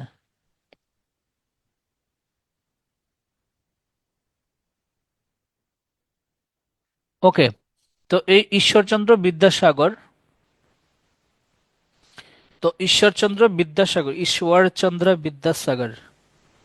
White board share screen, white board share, new classic. এটা বাংলা ভাষায় রচিত, আর তার বাংলা ব্যাকরণ বইটার নাম কি? ব্যাকরণ কৌমুদী। ব্যাকরণ কৌমুদী। এখন আপনারা অনেক সময় বলেন যে ভাই সাল কোনটার মনে রাখতে হবে আর কোনটার মনে রাখতে হবে না। তো দেখেন, সাল মনে রাখবেন সেগুলোরই যেগুলো হচ্ছে খুব বেশি একটু মানে একটা মানে ওল্ড একটা ফ্লেভার আছে, হ্যাঁ, মানে একটা জিনিসের অস্তিত্বের প্রশ্ন। তো দেখেন, প্রথম রাজা রামমোহন রায় বাংলা ভাষায় একটা কি লিখলো, ব্যাকরণ লিখলো, গৌড়ীয় ব্যাকরণ। এটা সালটা মনে রাখাটা কি খুব বেশি অনৈতিক নাকি অযৌক্তিক? যৌক্তিক। যৌক্তিক, নট অযৌক্তিক। তারপরে ঈশ্বরচন্দ্র বিদ্যাসাগর, সে একটা লিখলো ব্যাকরণ কৌমুদী, সেটাও জানাটা যৌক্তিক, 1853। তাহলে বলেন যে কত বছর পরে গিয়ে লিখলো ঈশ্বরচন্দ্র বিদ্যাসাগর? 20। 20 বছর। প্রায় 20 20 বছর। বছর। তাহলে বলেন সিনিয়র কে, রাজা রামমোহন নাকি ঈশ্বরচন্দ্র বিদ্যাসাগর? রাজা রামমোহন। রাজা রামমোহন সিনিয়র। এই বিদ্যাসাগর মুভিটা যদি দেখেন আপনাদের খুব ভালো লাগবে। কোন জায়গাটা আমি বলি, ওই সময়ের রাস্তাঘাটগুলা, ওই সময়ের ঘর বাড়ি, ওই সময়ের গাছপালা, ওই সময়ের যাত্রাপথ, ওই সময়ের মানুষের ঢং, কথাবার্তা, গায়ের কাপড়, এই জিনিসগুলো দেখলে মজা লাগবে। আমার খুব মন চায় যে আমি হচ্ছে এই এই এই সময় ছেড়ে গিয়ে 1700, 1800 বা 1600 সালে, হ্যাঁ, ওই সময় চলে যাই আর কি। ওই সময়টা দেখার আমার খুব শখ, কিন্তু এটা তার দেখা সম্ভব না, কোনো সুযোগই নাই, তাই না? ভাইয়া আমারও এগুলো খুব ভালো লাগে, এই আমার জন্য আমি খুব পুরান শখ। মুভি দেখি বেশি। হ্যাঁ, আপনারা যারা হচ্ছে ধরেন এখন তো জুডিশিয়ারিতে আপনারা ঢুকবেন সামনে 18তমতে 19তমতে, তবে এই জুডিশিয়ারিতে ঢুকে আপনারা এখন যত বেশি ভাবেন না যে জুডিশিয়ারি মনে হয় খুব চাকরি সেই এই সেই, আসলে ঢোকার পর আপনারা বুঝতে পারবেন যে রিয়েলিটির সাথে আপনার কি বলে এটার মানে বাস্তবতার সাথে আসলে আপনার কল্পনার কত ফারাক। তো আমি বলবো না এটা একটা খারাপ চাকরি, অবশ্যই ভালো চাকরি, এবং বাংলাদেশে সম্ভবত এন্ট্রি লেভেলে এটা এক নম্বর, এটাই সবচেয়ে হাইস্ট পেইড চাকরি, গভর্নমেন্ট জব নাকি? If I am not wrong, you can জি স্যার, কারেক্ট মি। 6 গ্রেড। হ্যাঁ, এন্ট্রি লেভেলে এটা সবচেয়ে হাইস্ট পেইড জব বাংলাদেশে, গভর্নমেন্ট চাকরি গুলোর মধ্যে। সো দেখেন, আহ, তো এই কথাটা কেন যেন বললাম, ভুলে গেলাম আমি কোন জায়গায় জবে আসার পর আরো তো মানে এখন যতটা রঙিন মনে না, হয়, এটার জবে পিছনে জয়েন এটার করার পর এত পিছনে কেন রঙিন আমি এই হয়। কথাটাতে আসলাম?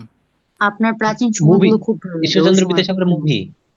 মুভি, ও হ্যাঁ, সেটা হচ্ছে যে আপনি জবে ঢুকবেন ঠিক আছে, যেমন আমার জব নিয়ে যখন মাঝে মাঝে খুব প্রেশার লাগে, মনে হয় যে না ধুর এই চাকরি ছেড়ে দিব, ভালো লাগে না, আমি হচ্ছে দেশের বাড়ি চলে যাব, বা দেশে কোনো একটা পাহাড়ি গিয়ে শিক্ষকতা করব, নিজের মতো ঘোরাঘুরি করব, বাচ্চা কাচ্চাদের সাথে খেলাধুলা করব বিকালবেলা। হ্যাঁ, তখন আবার আমি কি করি, আমি হচ্ছে কিছু বই আছে ওই বইগুলো পড়ি। ওই বইগুলো পড়লে আবার আমার ফিল হয়, মানে বিচারক হওয়ার স্বপ্নটা আসলে একটা মানুষের কেন দেখা উচিত আমি যদি বলি। আহ যেমন একটা সময়ে বিচারকদের স্থান অনেক উপরে ছিল, মানে অনেক বেশি উপরে, যতটা উপরে আসলে একটা মানুষকে আমরা স্থান দিতে পারি না অতটা উপরে ছিল। আর কয়েকটা কারণ আছে। কারণ হচ্ছে ওই সময়ে বলা হয়তো হাকিম এরকম। হ্যাঁ, একটা এলাকায় কোনো একটা বিচারক যাওয়া মানে বিশাল বড় কিছু। আর অন্য কোনো চাকরি এটার আশেপাশে মানে দাঁড়ানোর মতোই সুযোগ নেই, এরকম একটা অবস্থা। বেতন দিয়ে না, সম্মান দিয়ে। তো ওই সময়ের গন্ধটা, ওই সময় কোর্ট কাছারিগুলো কেমন ছিল। যেমন এখন প্রত্যেকটা কোর্টে, ডিস্ট্রিক্ট লেভেলের কোর্টে গিয়ে দেখবেন যে সিজিএম কোর্ট 8 তলা 10 তলা, বড় বড় বিল্ডিং, চকচকা দালান, হ্যাঁ টাইলস করা। বাট পাশেই দেখবেন একটা প্রায় 100 বছরের পুরানো বা 50 বছরের পুরানো একটা বিল্ডিং আছে না, বলেন তো? জি। যেখানে ধরেন এখন আসলে কেউই বসে না, ভাঙা চূড়া, অথবা ভিতরে 3-4টা এজলাস আছে, আমাদের ময়মনসিংহে আছে এরকম, ওখানে 3-4টা এজলাস আছে, 3-4টা কোর্ট আছে, বাট অনেক পুরনো। তো মজার ব্যাপার হচ্ছে জানেন, ওখানে একসময় ডিস্ট্রিক্ট জাজরা বসতো এইগুলোর ভিতরেই। আর ওইটাই ছিল তখন ওই সময়ের প্রাসাদ। ভাবা যায় বিষয়গুলা? তো আমি ওগুলো ঘুরি, বুঝছেন? তো ওই আপনারা যারা ওই সময়ের ফিলিংসটা নিতে চান, একটা বই পড়বেন, যেটা বলার জন্য আমি এই ঘটনাটা বললাম, সেটার নাম হচ্ছে বিচারিক জীবনের কাহিনী। কার লেখা বলেন তো? বিচারিক জীবনের কাহিনী কার লেখা জানি না, আপনি বলেন। গাজী শামসুর রহমান। ভাইয়া কাহিনী না আদ্যপাদ্য? গাজী শামসুর রহমান। গাজী শামসুর রহমান। বিচারিক জীবনের কাহিনী বা কিছু একটা, হ্যাঁ একটু দেখে নিয়েন নামটা। ঠিক আছে। গাজী শামসুর রহমান, এই বইটা পড়লে মজা লাগবে। আমি যখনই বিরক্ত লাগে আমার, তখন এই বইটা পড়তে থাকি, আমি আমি ওই আমি ওই সময় চলে যাই, মনে হয় যে আমি 1800 বা 1900 সালে নিয়োগপ্রাপ্ত কোনো একজন বিচারক। ওকে, তো ব্যাকরণ মঞ্জুরি কি বলেছি? না। ব্যাকরণ মঞ্জুরি, ব্যাকরণ মঞ্জুরি লিখেছেন হচ্ছে ডক্টর মোহাম্মদ এনামুল হক। এবার আমরা একটু আধুনিক লেখকদের দিকে চলে আসছি। ডক্টর মোহাম্মদ এনামুল হক, এখান থেকে কিন্তু একটা প্রশ্ন আসছে অনেক সময়, এই জন্য এটা একটু সময় নিয়ে দেখাচ্ছি আমি। তারপরে তারপরেটা লাগবে না, নকুলেশ্বর বিদ্যাভূষণ জগদীশ চন্দ্র ঘোষ লাগবে না, ওডিবিএল লাগবে, তাই না বলেন তো? ওডিবিএল কে লিখেছে? সুনীতি কুমার চট্টোপাধ্যায়। ডক্টর সুনীতি কুমার। সুনীতি, বানানটা ঠিক করে লিখতে হবে, কারণ রিটেন পরীক্ষায় কিন্তু অনেক সময় আসে। রিটেন পরীক্ষায় আসলে ধরেন যে বাংলা ভাষায় রচিত the original development of Bengali language, এটি কে রচনা করেছেন, তখন সুনীতি লিখতে গিয়ে বানান ভুল করলে কিন্তু নাম্বার কাটা যাবে। সুনীতি কুমার চট্টোপাধ্যায়। আমার হচ্ছে বাংলা লেখার থেকে ইংলিশ লেখা ভালো, বাংলা লেখাটা একটু পচা। সুনীতি কুমার চট্টোপাধ্যায়, আর ভুলও করি বেশি আমি বাংলায়। তো বলেন তো ওডিবিএল এটা কোন ভাষায় রচিত? ইংরেজি। ইংরেজি ভাষায় রচিত। তার মানে আপনি কি এটা বুঝতে পারতেছেন যে ডক্টর সুনীতি কুমার চট্টোপাধ্যায় কোন লেভেলের পণ্ডিত? জি। আধুনিক জি যুগের লেখক হয়ে উনি ইংরেজি ভাষায় বাংলা ভাষার একটা ব্যাকরণ গ্রন্থ রচনা করে ফেলছে, চিন্তা করেন। তারপরে সুনীতি কুমার চট্টোপাধ্যায় আরো একটা বই লিখেছেন, সেটা হচ্ছে বাংলা ভাষা ভাষা প্রকাশ ও বাংলা ব্যাকরণ। এটা আমার কাছে আছে বইটা, ভাষা প্রকাশ ও বাংলা ব্যাকরণ। পেয়েছেন? স্যার, ভাইয়া মাঝখানে ও আছে কি? থেকে পড়াচ্ছেন, একটু পেজ নাম্বারটা বলবেন? অবশ্যই আপু, ভাষা প্রকাশ বাংলা ব্যাকরণ। যারা দেরিতে জয়েন করেছেন তাদেরকে বলি, আমরা পড়ছি হচ্ছে অগ্রদূত বাংলা বই থেকে ব্যাকরণ অংশ পড়তেছি, ব্যাকরণ অংশ পড়তেছি, ব্যাকরণের যে ইতিহাস। তো আমার বইয়ে পৃষ্ঠা নম্বর হচ্ছে 318, বাট আপনাদের বইয়ে একটু এলোমেলো হইতে পারে। হ্যাঁ, আপনি ব্যাকরণ অংশটা খুলেন তাহলেই হবে। টপিকটার নামই ব্যাকরণ। বাংলা ভাষা, বাংলা ভাষার রীতি, তারপরের যে টপিক ব্যাকরণ। পেয়েছেন আপু? জি ভাইয়া। ওকে, তারপরে যেটা দাগাবেন সেটা হচ্ছে মুনির চৌধুরী লাগবে না, রফিকুল ইসলাম লাগবে না, শ্যামাচরণ সরকার লাগবে না, ডক্টর মোহাম্মদ শহীদুল্লাহর একটা বই আছে বাংলা ব্যাকরণ, পেয়েছেন এটা?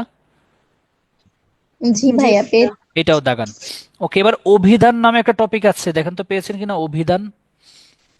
হ্যাঁ। এই অভিধান সবগুলো পড়া লাগবে না, আমি যেগুলো বলবো শুধু ওগুলো পড়বেন। প্রথমটা দেখেন তো এটা পারেন কিনা, ভোকাবুলারিও এম ইডিওমা বাঙ্গালা। এই জি অভিধানটা কে স্যার। রচনা করেছেন?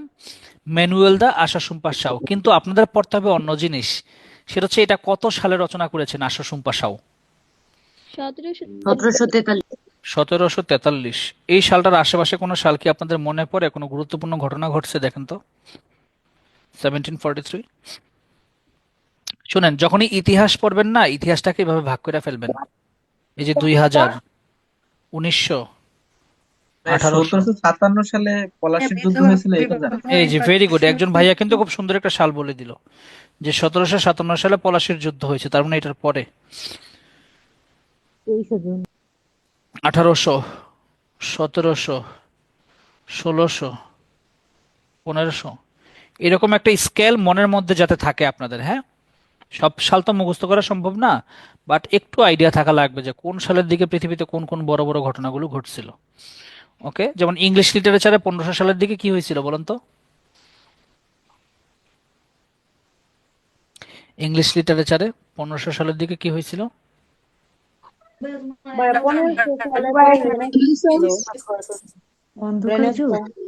রেনেসাঁ শুরু হয়েছিল, তাই না? জি ভাইয়া। রেনেসান্স শুরু হয়েছিল 1500 থেকে 1558 সাল পর্যন্ত। এটাকে বলা হয় প্রিপারেশন অফ রেনাইসেন্স। আচ্ছা আচ্ছা। আর মুঘল শাসনামল ছিল কোন সাল থেকে কোন সাল? 1600, মুঘল সম্রাট আকবর। 1600 বলতে এই মানে এদিকে ছিল, এই এরিয়াতে, তাই না? জি 1500 সামথিং, 1426 থেকে 1426 থেকে, হ্যাঁ, তার মানে এই এরিয়াতে ছিল আর কি। আরেকটু উপরে উঠাই, এভাবে একটু ব্রেনের মধ্যে একটু চার্ট চার্ট করবেন যখনই পড়বেন, তাইলে হচ্ছে যে একটু মানে প্রেসার কমবে ব্রেনের উপরে। তো বলেন 1743 সালে কি হয়েছিল? দুর্ভিক্ষ নাকি 43-এ বলুন তো? দুর্ভিক্ষ 1770 না? না না, এই বাংলা ভাষায় এই যে এখন আমরা যেটা পড়তেছি এটা বলেন। 1743-এ কি পড়লাম একটু আগে? একটা হচ্ছে অভিধান, অভিধান রচনা করে। বাংলা ভাষার একদম প্রথম যে বইটা সোজা কথা ব্যাকরণ গ্রন্থটা, সেটা 1743 সালে আবিষ্কার হয়েছে। সেটা হচ্ছে ভোকাবুলারিও ইডিওমা বেঙ্গালি ই পর্তুগিজ আন ম্যানুয়াল দা আশাশুম্পা সাউ। এই সালটা আসতে পারে কারণ এটা একদম প্রথম। আচ্ছা, এটা অভিধান। ওকে, এবার দেখেন এই অভিধানটা হচ্ছে পর্তুগিজ ভাষায় রচিত। ওকে,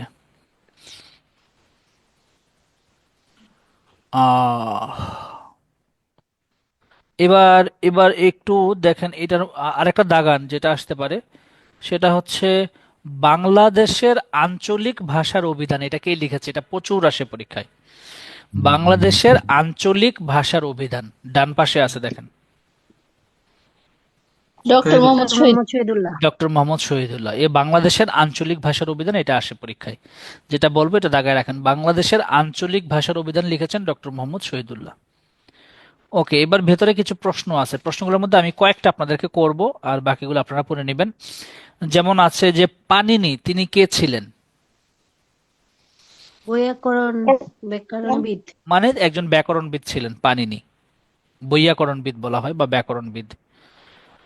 বাংলা ভাষার প্রথম ব্যাকরণবিদ কে ছিলেন?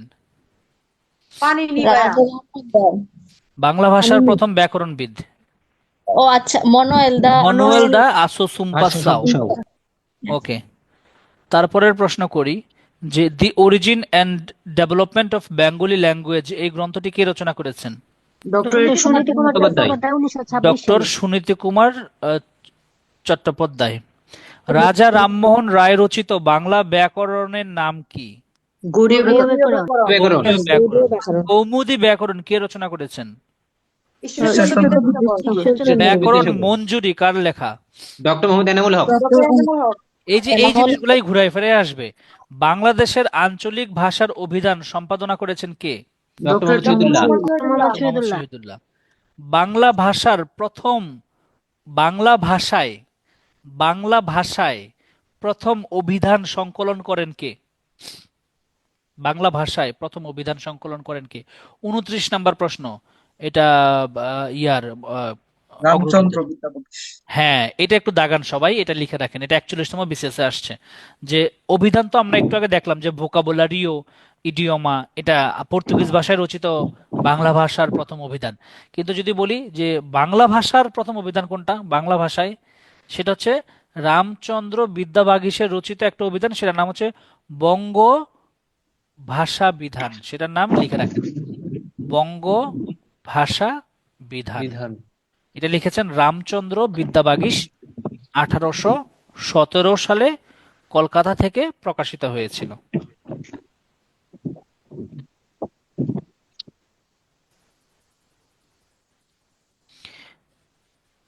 এটা খাতায় লিখবো নাকি ওই যে খাতায় যেগুলো লিখেন, পড়াইছেন? অথবা বইয়ে যদি পেয়ে থাকেন বইয়ে দাগায় ফেলেন, তাইলেই হবে। বাকি কোশ্চেনগুলো নিজেরা দাগাবেন। এবার তার পরের টপিকটা খুলেন, দেখেন পেয়েছেন কিনা, যে বাংলা ব্যাকরণের আলোচ্য বিষয়। জি।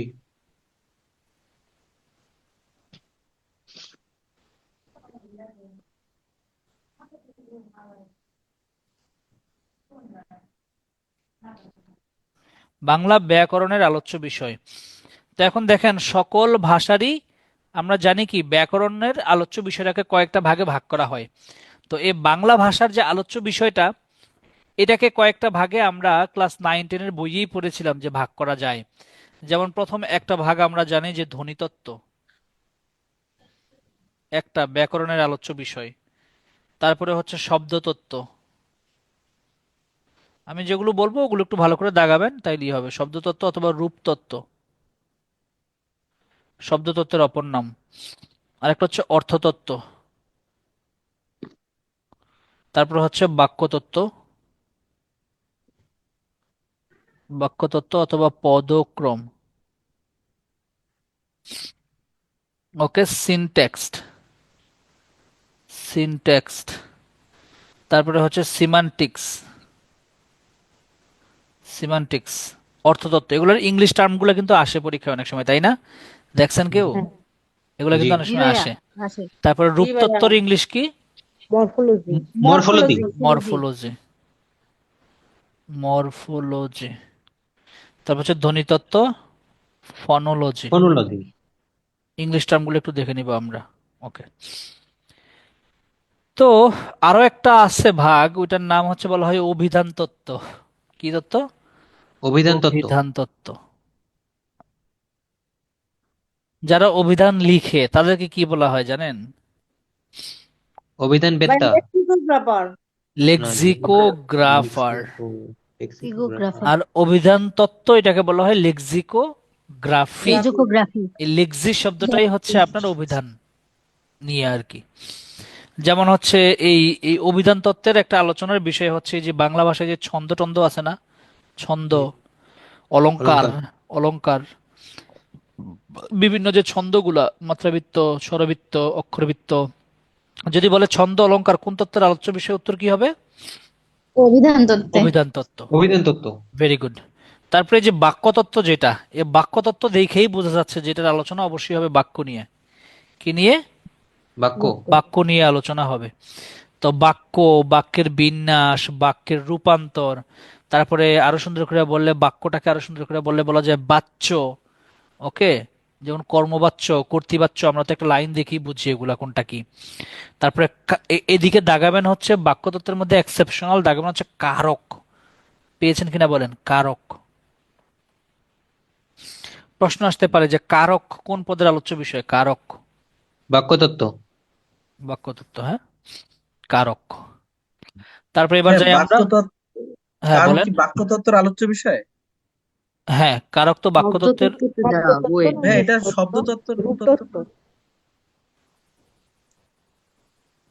এই যে শব্দতত্ত্ব বা রূপতত্ত্ব। হ্যাঁ, জি জি, জি স্যার। কারক তো শব্দতত্ত্ব, রূপতত্ত্বের আলোচ্য বিষয়।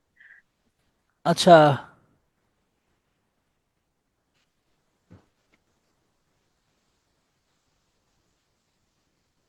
কারক।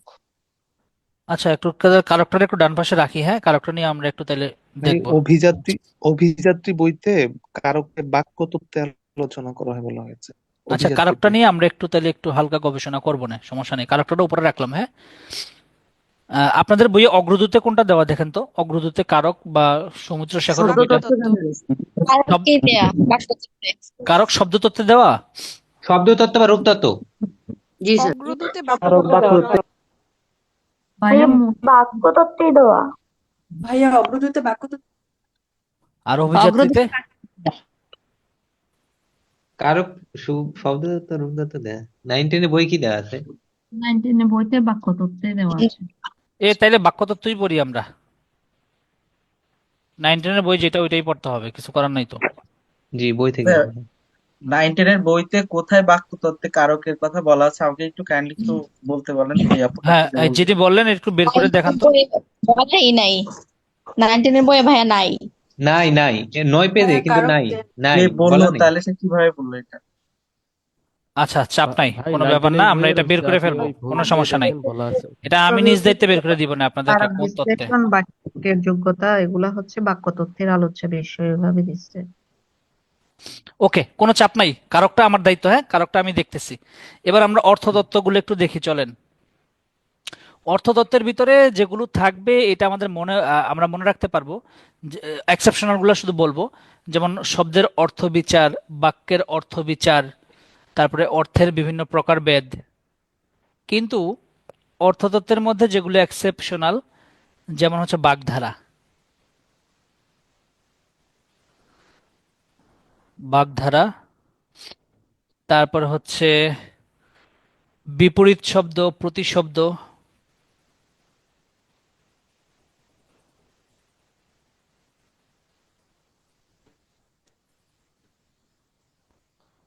আর হচ্ছে কি দেখেন তো,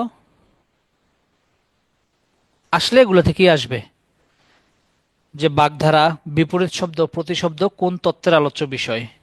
এগুলো অর্থতত্ত্ব। হচ্ছে অর্থতত্ত্ব, কারণ অর্থের উপর বিচার করি আমরা, হচ্ছে এগুলা আইডেন্টিফাই করি বা আলাদা করি। যেমন বিপরীত শব্দ যখন আমরা বানাই, যেমন স্থাবর, এই শব্দের অর্থ কি বলেন তো? মানে স্থাবর সম্পত্তি, মানে এটার বিপরীত শব্দ কি স্থাবরের? অস্থাবর। অস্থাবর। অস্থাবর। জঙ্গম ভাইয়া। খবর জঙ্গ। জঙ্গম। জঙ্গম অর্থ কি? অস্থায়ী। ভাই গতিশীল। অস্থায়ী। যাই হোক, আমি যেটা বোঝাইতে চাচ্ছি সেটা হচ্ছে এই বিপরীত শব্দগুলো এগুলো অর্থের বিচারে হয়। কিসের বিচারে বলেন তো? অর্থের বিচারে। অর্থের বিচারে, মানে সামনে আপনি অ লাগাই দিলেই বিপরীত শব্দ হয়ে যাবে, ব্যাপারটা এরকম না। এক্ষেত্রে হয়তো বা হয় স্থাবর অস্থাবর, বাট এটা আমরা অর্থ দিয়ে আর কি আমরা বিপরীত শব্দ করবো। এই জন্য মাঝে মাঝে আমরা অনেক বিপরীত শব্দ পাবো যেটা সমার্থক শব্দের সাথে বিপরীত শব্দের কোনো শাব্দিক কোনো হচ্ছে মিল নাই, যেমন সামনে আ অথবা না দিলেই হয়ে যায় না আর কি। তো সেজন্য এগুলো হচ্ছে অর্থতত্ত্বের আলোচিত বিষয়। এবার আমরা দেখবো হচ্ছে শব্দতত্ত্ব বা রূপতত্ত্ব। আমি অগ্রদূত বই থেকে দেখাচ্ছি, হ্যাঁ, আপনারা বাকি বইটা যাদের কাছে আছে তারা একটু মিলাই নেবেন। শব্দতত্ত্ব বা রূপতত্ত্বের মধ্যে থাকবে শব্দ, শোনা দেন আপু। লিঙ্গ, বচন, সমাস, প্রত্যয়, উপসর্গ, মানে যেগুলো একটা শব্দ নিয়ে ডিল করে, হ্যাঁ, ধাতু, পদ,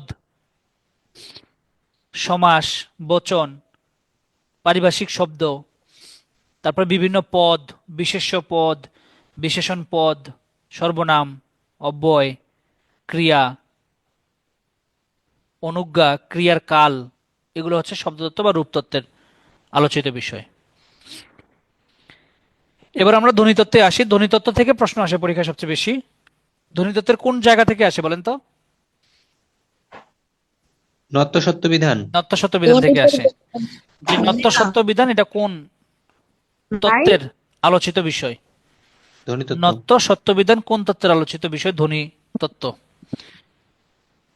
তারপরে হচ্ছে ধ্বনি তত্ত্ব। ধ্বনি টনি নিয়ে তো থাকবে, এটা সবাই পারবে, যে ধ্বনি, ধ্বনির উচ্চারণ প্রণালী, ধ্বনির পরিবর্তন, ধ্বনির বিন্যাস, এগুলা। কিন্তু এই নত্য সত্য বিধানটাই মনে রাখার একটা বস্তু। আর একটা হচ্ছে যে সন্ধি, যদি আসে যে সন্ধি কোন অংশের আলোচিত বিষয়? ধ্বনিতত্ত্ব। এই সন্ধি আমি সবসময় দিয়ে দিতাম শব্দতত্ত্ব, জানেন? সন্ধি আমি শব্দতত্ত্ব দিয়ে দিতাম, বাট সন্ধি হচ্ছে ধ্বনিতত্ত্ব। কারণ ওই যে সন্ধি যখন আমরা মিলাই তখন মনে আছে যে সন্ধিটা দেখি যে এটা শেষে কি আছে, তাই না? জি জি। এই যে এরকম বিসর্গ থাকে, এটা তো অনেক সময় উ কনফিউজিং। থাকে, আ থাকে, এগুলো ধ্বনিতত্ত্বের আলোচিত বিষয় আর কি। আচ্ছা, তাহলে আহ, ইয়াতে দেখেন তো অভিযাত্রী বইয়ে কারকটা কোন ইয়াতে দেওয়া আছে, যাদের কাছে অভিযাত্রী আছে? ভাই অভিযাত্রীতে বলা আছে কারকটা হচ্ছে বাক্য তত্ত্বে আর বিভক্তিটা শব্দ ভাইয়া তত্ত্বে। কারকটা বাক্যতত্ত্বের কারণটা দেওয়া আছে ভাইয়া, সেটা হলো কারক হচ্ছে ভাইয়া বাক্যের অর্থ নির্ণয়ে সহায়তা করে, বাক্যের ভেরি গুড। গঠন ও বিশ্লেষণে স্পষ্টতা আনে। এবং এই যে এসব কারক নির্ণয়ের জন্য কিন্তু পুরো বাক্যটা পড়া লাগে, তাই না? জি ভাইয়া, যে এই জন্য কোথায় আর কি। আছে, জি ভাই, এটা সিনট্যাক্সের মধ্যে যাবে জন্য। সিনট্যাক্সের মধ্যেই যাবে। ওকে। হ্যাঁ, আমার বইয়ে রূপতত্ত্বে দেওয়া আছে কারক বিভক্তি। কারক আমারও বিভক্তি সেম। রূপতত্ত্ব কোন বইটা এটা? ভাই আমারটা হচ্ছে ক্লাস 9-10 এর বইটা, ভাষারীতি বাংলা ব্যাকরণ। ইনসেপশন ডাইজেস্ট আমাদের আছে হচ্ছে রূপতত্ত্বে। আচ্ছা, তাইলে এটা কিন্তু একটা ভালোই ভাইয়া প্রশ্ন ওই এসে দাঁড়ালো। হ্যাঁ ভাই 19-এর বলেন। যে ভাই 19-এর যে ব্যাকরণ বইটা আছে না, হ্যাঁ তো হ্যাঁ। ওই 19-এর ব্যাকরণ বইয়ের আপনি দেখেন দ্বিতীয় অধ্যায়ে আলোচনা করা আছে ধ্বনিতত্ত্ব, তৃতীয় অধ্যায়ে আলোচনা করা আছে রূপতত্ত্ব বা শব্দতত্ত্ব, আর চতুর্থ অধ্যায়ে আলোচনা করা আছে বাক্যতত্ত্ব, এবং এই চতুর্থ অধ্যায়ে কিন্তু কারক বিভক্তি কারক আলোচনা বিভক্তি, করা হ্যাঁ আছে। হ্যাঁ হ্যাঁ, শেষের দিকে। ভাইয়া 1 নম্বর দ্যাট মিনস বইটা এটা তো হচ্ছে আপনার বাক্যতত্ত্ব দেওয়া আছে। তাহলে বাক্যতত্ত্বের আলোচ্য বিষয় হবে। বাক্যতত্ত্বের আলোচ্য বিষয় হওয়ার কথা। বেশিরভাগ ভোট এখনো পর্যন্ত বাক্যতত্ত্বই পাচ্ছি আমরা, কিন্তু শুধুমাত্র ওই নবম দশমে দুইটা বই আছে, নতুন যেটা আছে ওটাতে হচ্ছে বাক্যতত্ত্বই আছে এটা। আচ্ছা, তাহলে আমরা ভাই নতুন বইটা এবার বাদ হয়ে যাবে, নতুন বই। আমরা তাইলে আপাতত বাক্যতত্ত্বতে পড়ি, হ্যাঁ। পরে যদি আপডেট হয় আমি আপনাদেরকে তাইলে এটা জানাবো, বা দরকার হলে আমি একটু নিজে রিসার্চ করি, এটা আমি আপনাদেরকে তাও আরো সুন্দর করে জানাবো। বাট আমরা বাক্যতত্ত্বতেই মনে রাখি আপাতত, একটা জায়গায় ফিক্স থাকি। আচ্ছা, ভাইয়া বিভিন্ন কোয়েশ্চনে হচ্ছে এটাকে হচ্ছে বাক্যতত্ত্ব রাখছে কারক কি? কোশ্চেনেও বিভিন্ন জায়গায় বাক্যতত্ত্বতে আছে, অগ্রদূতেও বাক্যতত্ত্বতে আছে, ভাইয়া অভিজাতিতেও চ্যাট বাক্যতত্ত্বতে আছে। জিপিটিতেও ভাই বাক্যতত্ত্বে আছে ভাই। আচ্ছা, চ্যাট জিপিটিতেও বাক্যতত্ত্ব আছে। বিসিএস কোয়েশ্চনে এটাকে বাক্যতত্ত্ব রাখছে। আচ্ছা, তাইলে আমরা আর গবেষণা না করি, কারণ আমরা এত গবেষণা করলে পাগল হয়ে যাবো। এটা বাক্যতত্ত্ব। বাট এই যে আলোচনা আমাদের হচ্ছে কনফিউশন হইলো, সেজন্য এটা আমাদের মনে থাকবে, অন্যগুলো ভুলে গেলেও কিন্তু কারক মনে থাকবে।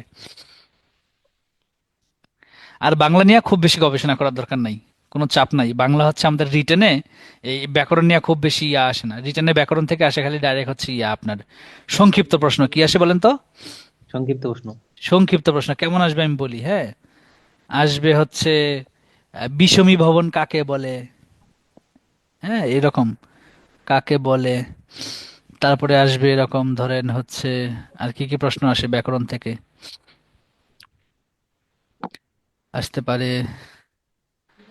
ভাই ধ্বনি বিপর্যয় থেকে আসে, এটাই তো ধ্বনি ও বিপর্যয়। আর সমীকরণ। হ্যাঁ, এটাই তো ধ্বনি বিপর্যয় থেকে একটা প্রশ্ন বললাম। আর আসতে পারে আপনার, কি আসতে পারে কোশ্চেন? উপভাষা কি? হ্যাঁ, ভাষা কি, অথবা উপমিত কর্মধারয় কাকে বলে, হ্যাঁ, বা রূপক কর্মধারয় কাকে বলে, এরকম সংজ্ঞা আসে। প্রাধি সমাস কাকে বলে, নিত্য সমাস কাকে বলে, অথবা ভাববাচক বিশেষ্য কাকে বলে, এরকম। জি। সো কোনো চাপ নাই, আমরা একটু বুদ্ধি করে পড়াশোনা করতে হবে, তাহলে প্রেশার কম লাগবে আমাদের।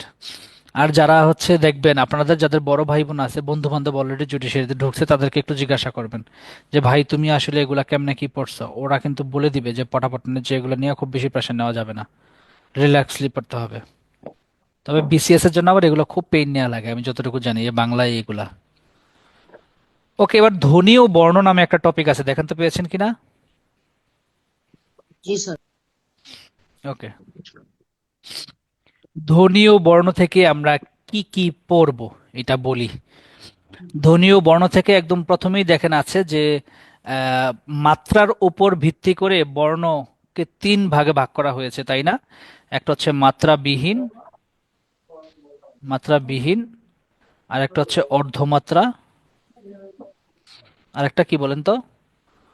পূর্ণমাত্রা। পূর্ণমাত্রা। পূর্ণমাত্রা। মাত্রা। ওকে।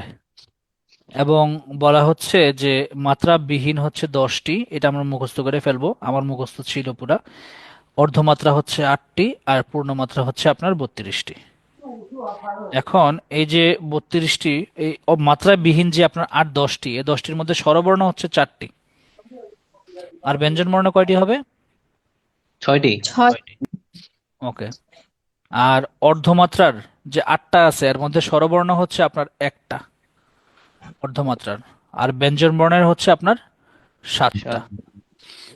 তারপরে হচ্ছে আপনার পূর্ণমাত্রার 32টা, সবচেয়ে বেশি পূর্ণমাত্রার, এর মধ্যে স্বরবর্ণ হচ্ছে আপনার 6টি আর ব্যঞ্জন বর্ণ হচ্ছে আপনার 26টি।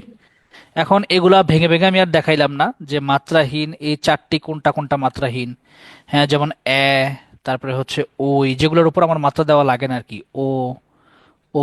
হ্যাঁ, আর হচ্ছে এদিকে হচ্ছে 6টা, যেটা হচ্ছে মাত্রাবিহীন, মাত্রা নাই, কিন্তু এটা ব্যঞ্জন বর্ণের হচ্ছে 6টা।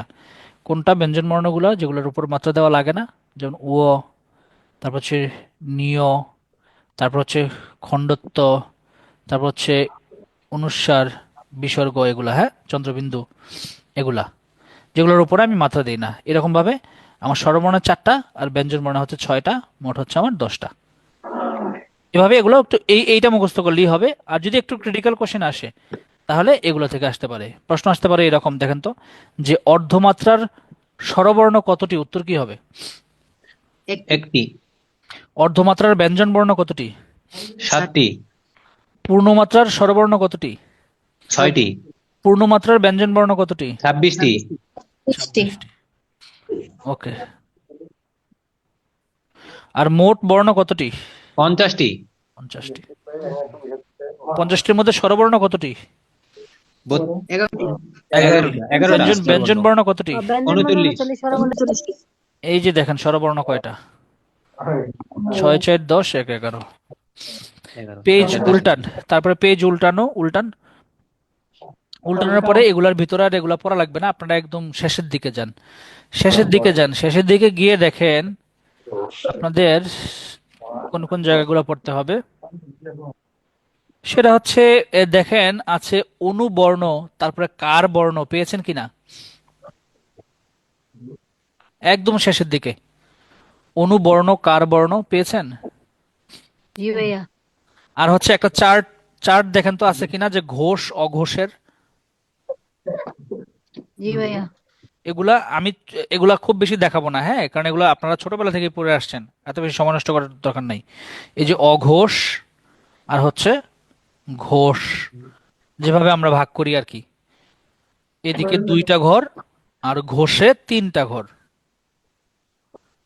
আর এগুলাকে আবার এইভাবে অনেকগুলা খণ্ডে আমরা ভাগ করব।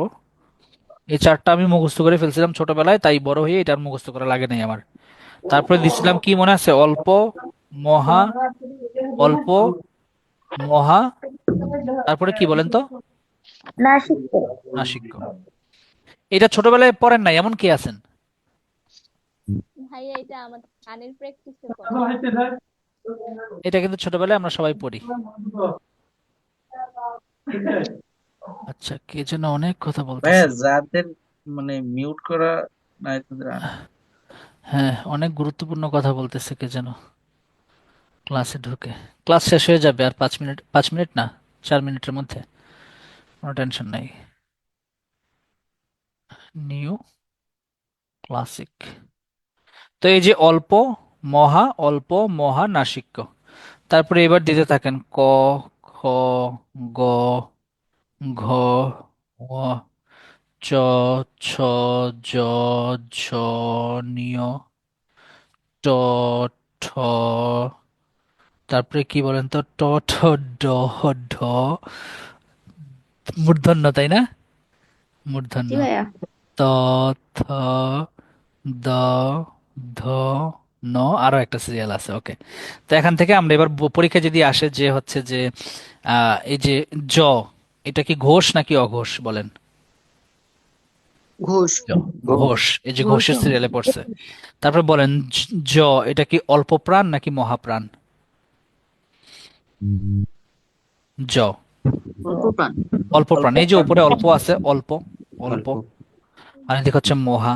অল্প মানে হচ্ছে অল্প বাতাস বের হবে, আর মহা মানে মহা বাতাস বের হবে। এই দুইটার মধ্যে একটা কম্পেয়ার করেন, দেখেন গ আর ঘ কোনটা বলতে গিয়ে বেশি বাতাস বের হয়? ঘ। ঘ, তাই এটা মহাপ্রাণ। তারপরে এই দুইটার মধ্যে দেখেন জ ঝ কোনটা হতে বেশি বাতাস বের হয়? ঝ। ঝ, তাই এটা মহাপ্রাণ। ঠিক আছে, এই কম্পারেটিভলি যেটাতে বেশি বাতাস বের হবে সেটা মহাপ্রাণ, আর এটার পাশেরটা থাকবে অল্প প্রাণ। তারপরে দেখেন ক আর খ কোনটাতে বেশি বাতাস বের হয়, ক নাকি খ? খ। খ, তাই এটা মহাপ্রাণ। আচ্ছা, আর ঘোষ আর অঘোষের যে ব্যাপারটা, যেমন দেখেন ক খ, ক খ, ক খ, এই দুইটা হচ্ছে ক খ, এই দুইটা হচ্ছে কি আমার অঘোষ। আর গ ঘ ঙ এগুলো বলার সময় দেখেন তো একটু কাঁপে না আমাদের গলাটা? জি। জি। ঠিক আছে, একটু কাঁপে দেখবেন, বেশি গড় গড় গড় অনুরণন গড় করে। করছে। হ্যাঁ, তো আমরা হচ্ছে স্বরতন্ত্রীটা অনুরণিত হয়, অনুরণিত, অনুরণন হয়, অনুরণন। অনুরণনকে ইংরেজিতে কি বলে বলতে পারবেন?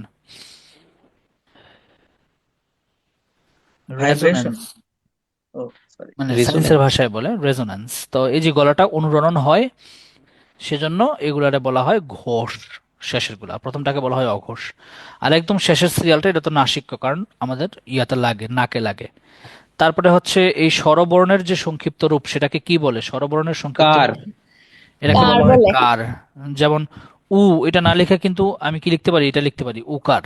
ওকে, তারপরে এইটা না লিখে কি লিখতে পারি? দীর্ঘকার। এরকম, এটা হচ্ছে কার। আর ব্যঞ্জন বর্ণের সংক্ষিপ্ত রূপকে কি বলা হয়? ফলা। ফলা। ফলা। ওকে, ফলা। আপনারা তারপরে মুখস্থ করবেন কি কি বলি। হ্যাঁ, স্পর্শ ধ্বনি কয়টি, পরাশ্রয়ী ধ্বনি কয়টি, হ্যাঁ এগুলোই পরীক্ষায় আসে। অন্ত্যস্ত ধ্বনি কয়টি, এগুলো আমি আর দেখাবো না, এগুলো নিজেরা পড়ে ফেলতে পারবেন। আচ্ছা, আপনাদের যে এই সপ্তাহে যে এক্সামটা হবে, ওই এক্সামে এই যে বাংলা, তাহলে কি সিলেবাস যুক্ত হইলো বলে ফেলেন আমার সাথে। বাংলা গ্রামারের কোন সিলেবাসটা যুক্ত হইলো? ধ্বনি ও বর্ণ ব্যাকরণের ধ্বনি আলোচ্য বর্ণ। বিষয়। ব্যাকরণের ধ্বনি ও আলোচ্য বর্ণ বিষয়। ব্যাকরণের আলোচ্য বিষয়। হ্যাঁ, আর হচ্ছে একদম প্রথম ব্যাকরণ। দিকের যে বর্ণ টুকটাক, শব্দ। হ্যাঁ এগুলা আছে। ব্যাকরণ বর্ণ। আর নেক্সট তো আরো একটা ক্লাস আছে, নেক্সট ক্লাসে আমরা ধ্বনির বিপর্যয় পড়ে ফেলবো, গুরুত্বপূর্ণ টপিক। কি বলেন তো? ধ্বনির বিপর্যয়। বিপর্যয়। তো এই যদি যে ধ্বনির পরিবর্তন, চ্যাপ্টার পরিবর্তন, হচ্ছে সরি ধ্বনির বিপর্যয় পরিবর্তন। না, পরিবর্তন। ধ্বনি ধ্বনির পরিবর্তন, হ্যাঁ। পরিবর্তন পড়ে ফেলবো, যেটা থেকে খুব বেশি প্রশ্ন আসে। সো আপনাদের হচ্ছে ধ্বনির পরিবর্তন পর্যন্ত আপনারা প্লিজ তাহলে এবার পড়াশোনা শুরু করে দেন। আচ্ছা, ধ্বনির পরিবর্তন, আচ্ছা নত্যবিধান সত্যবিধান চাইলে দেখানো যায়। ধ্বনির পরিবর্তন নত্যবিধান সত্য, নত্যবিধান সত্যবিধানটা রেখে দেই, বেশি বড় জি। না কিন্তু। জি ভাইয়া, জি বেশি ভাই হয়ে রাখেন যাচ্ছে। রাখেন। রেখে দেই, রাখেন। কারণ আপনারা পড়বেন, আমি তো জাস্ট খালি মানে ধরাই দিব। আমার তো সিকোয়েন্স। খুব কষ্ট কম হবে। নত্য সত্য বিধান, তার মানে আপনাদের এই সপ্তাহে দেখেন আল্লাহর রহমতে প্রথমে বাংলা ভাষা, বাংলা ভাষার ইতিহাস, ব্যাকরণ, তারপরে হচ্ছে ধ্বনির পরিবর্তন, নত্য সত্য বিধান, এই পর্যন্ত আমাদের এক্সাম। সো পড়া শুরু করেন সবাই। আল্লাহ হাফেজ। ভাইয়া। জি বলেন।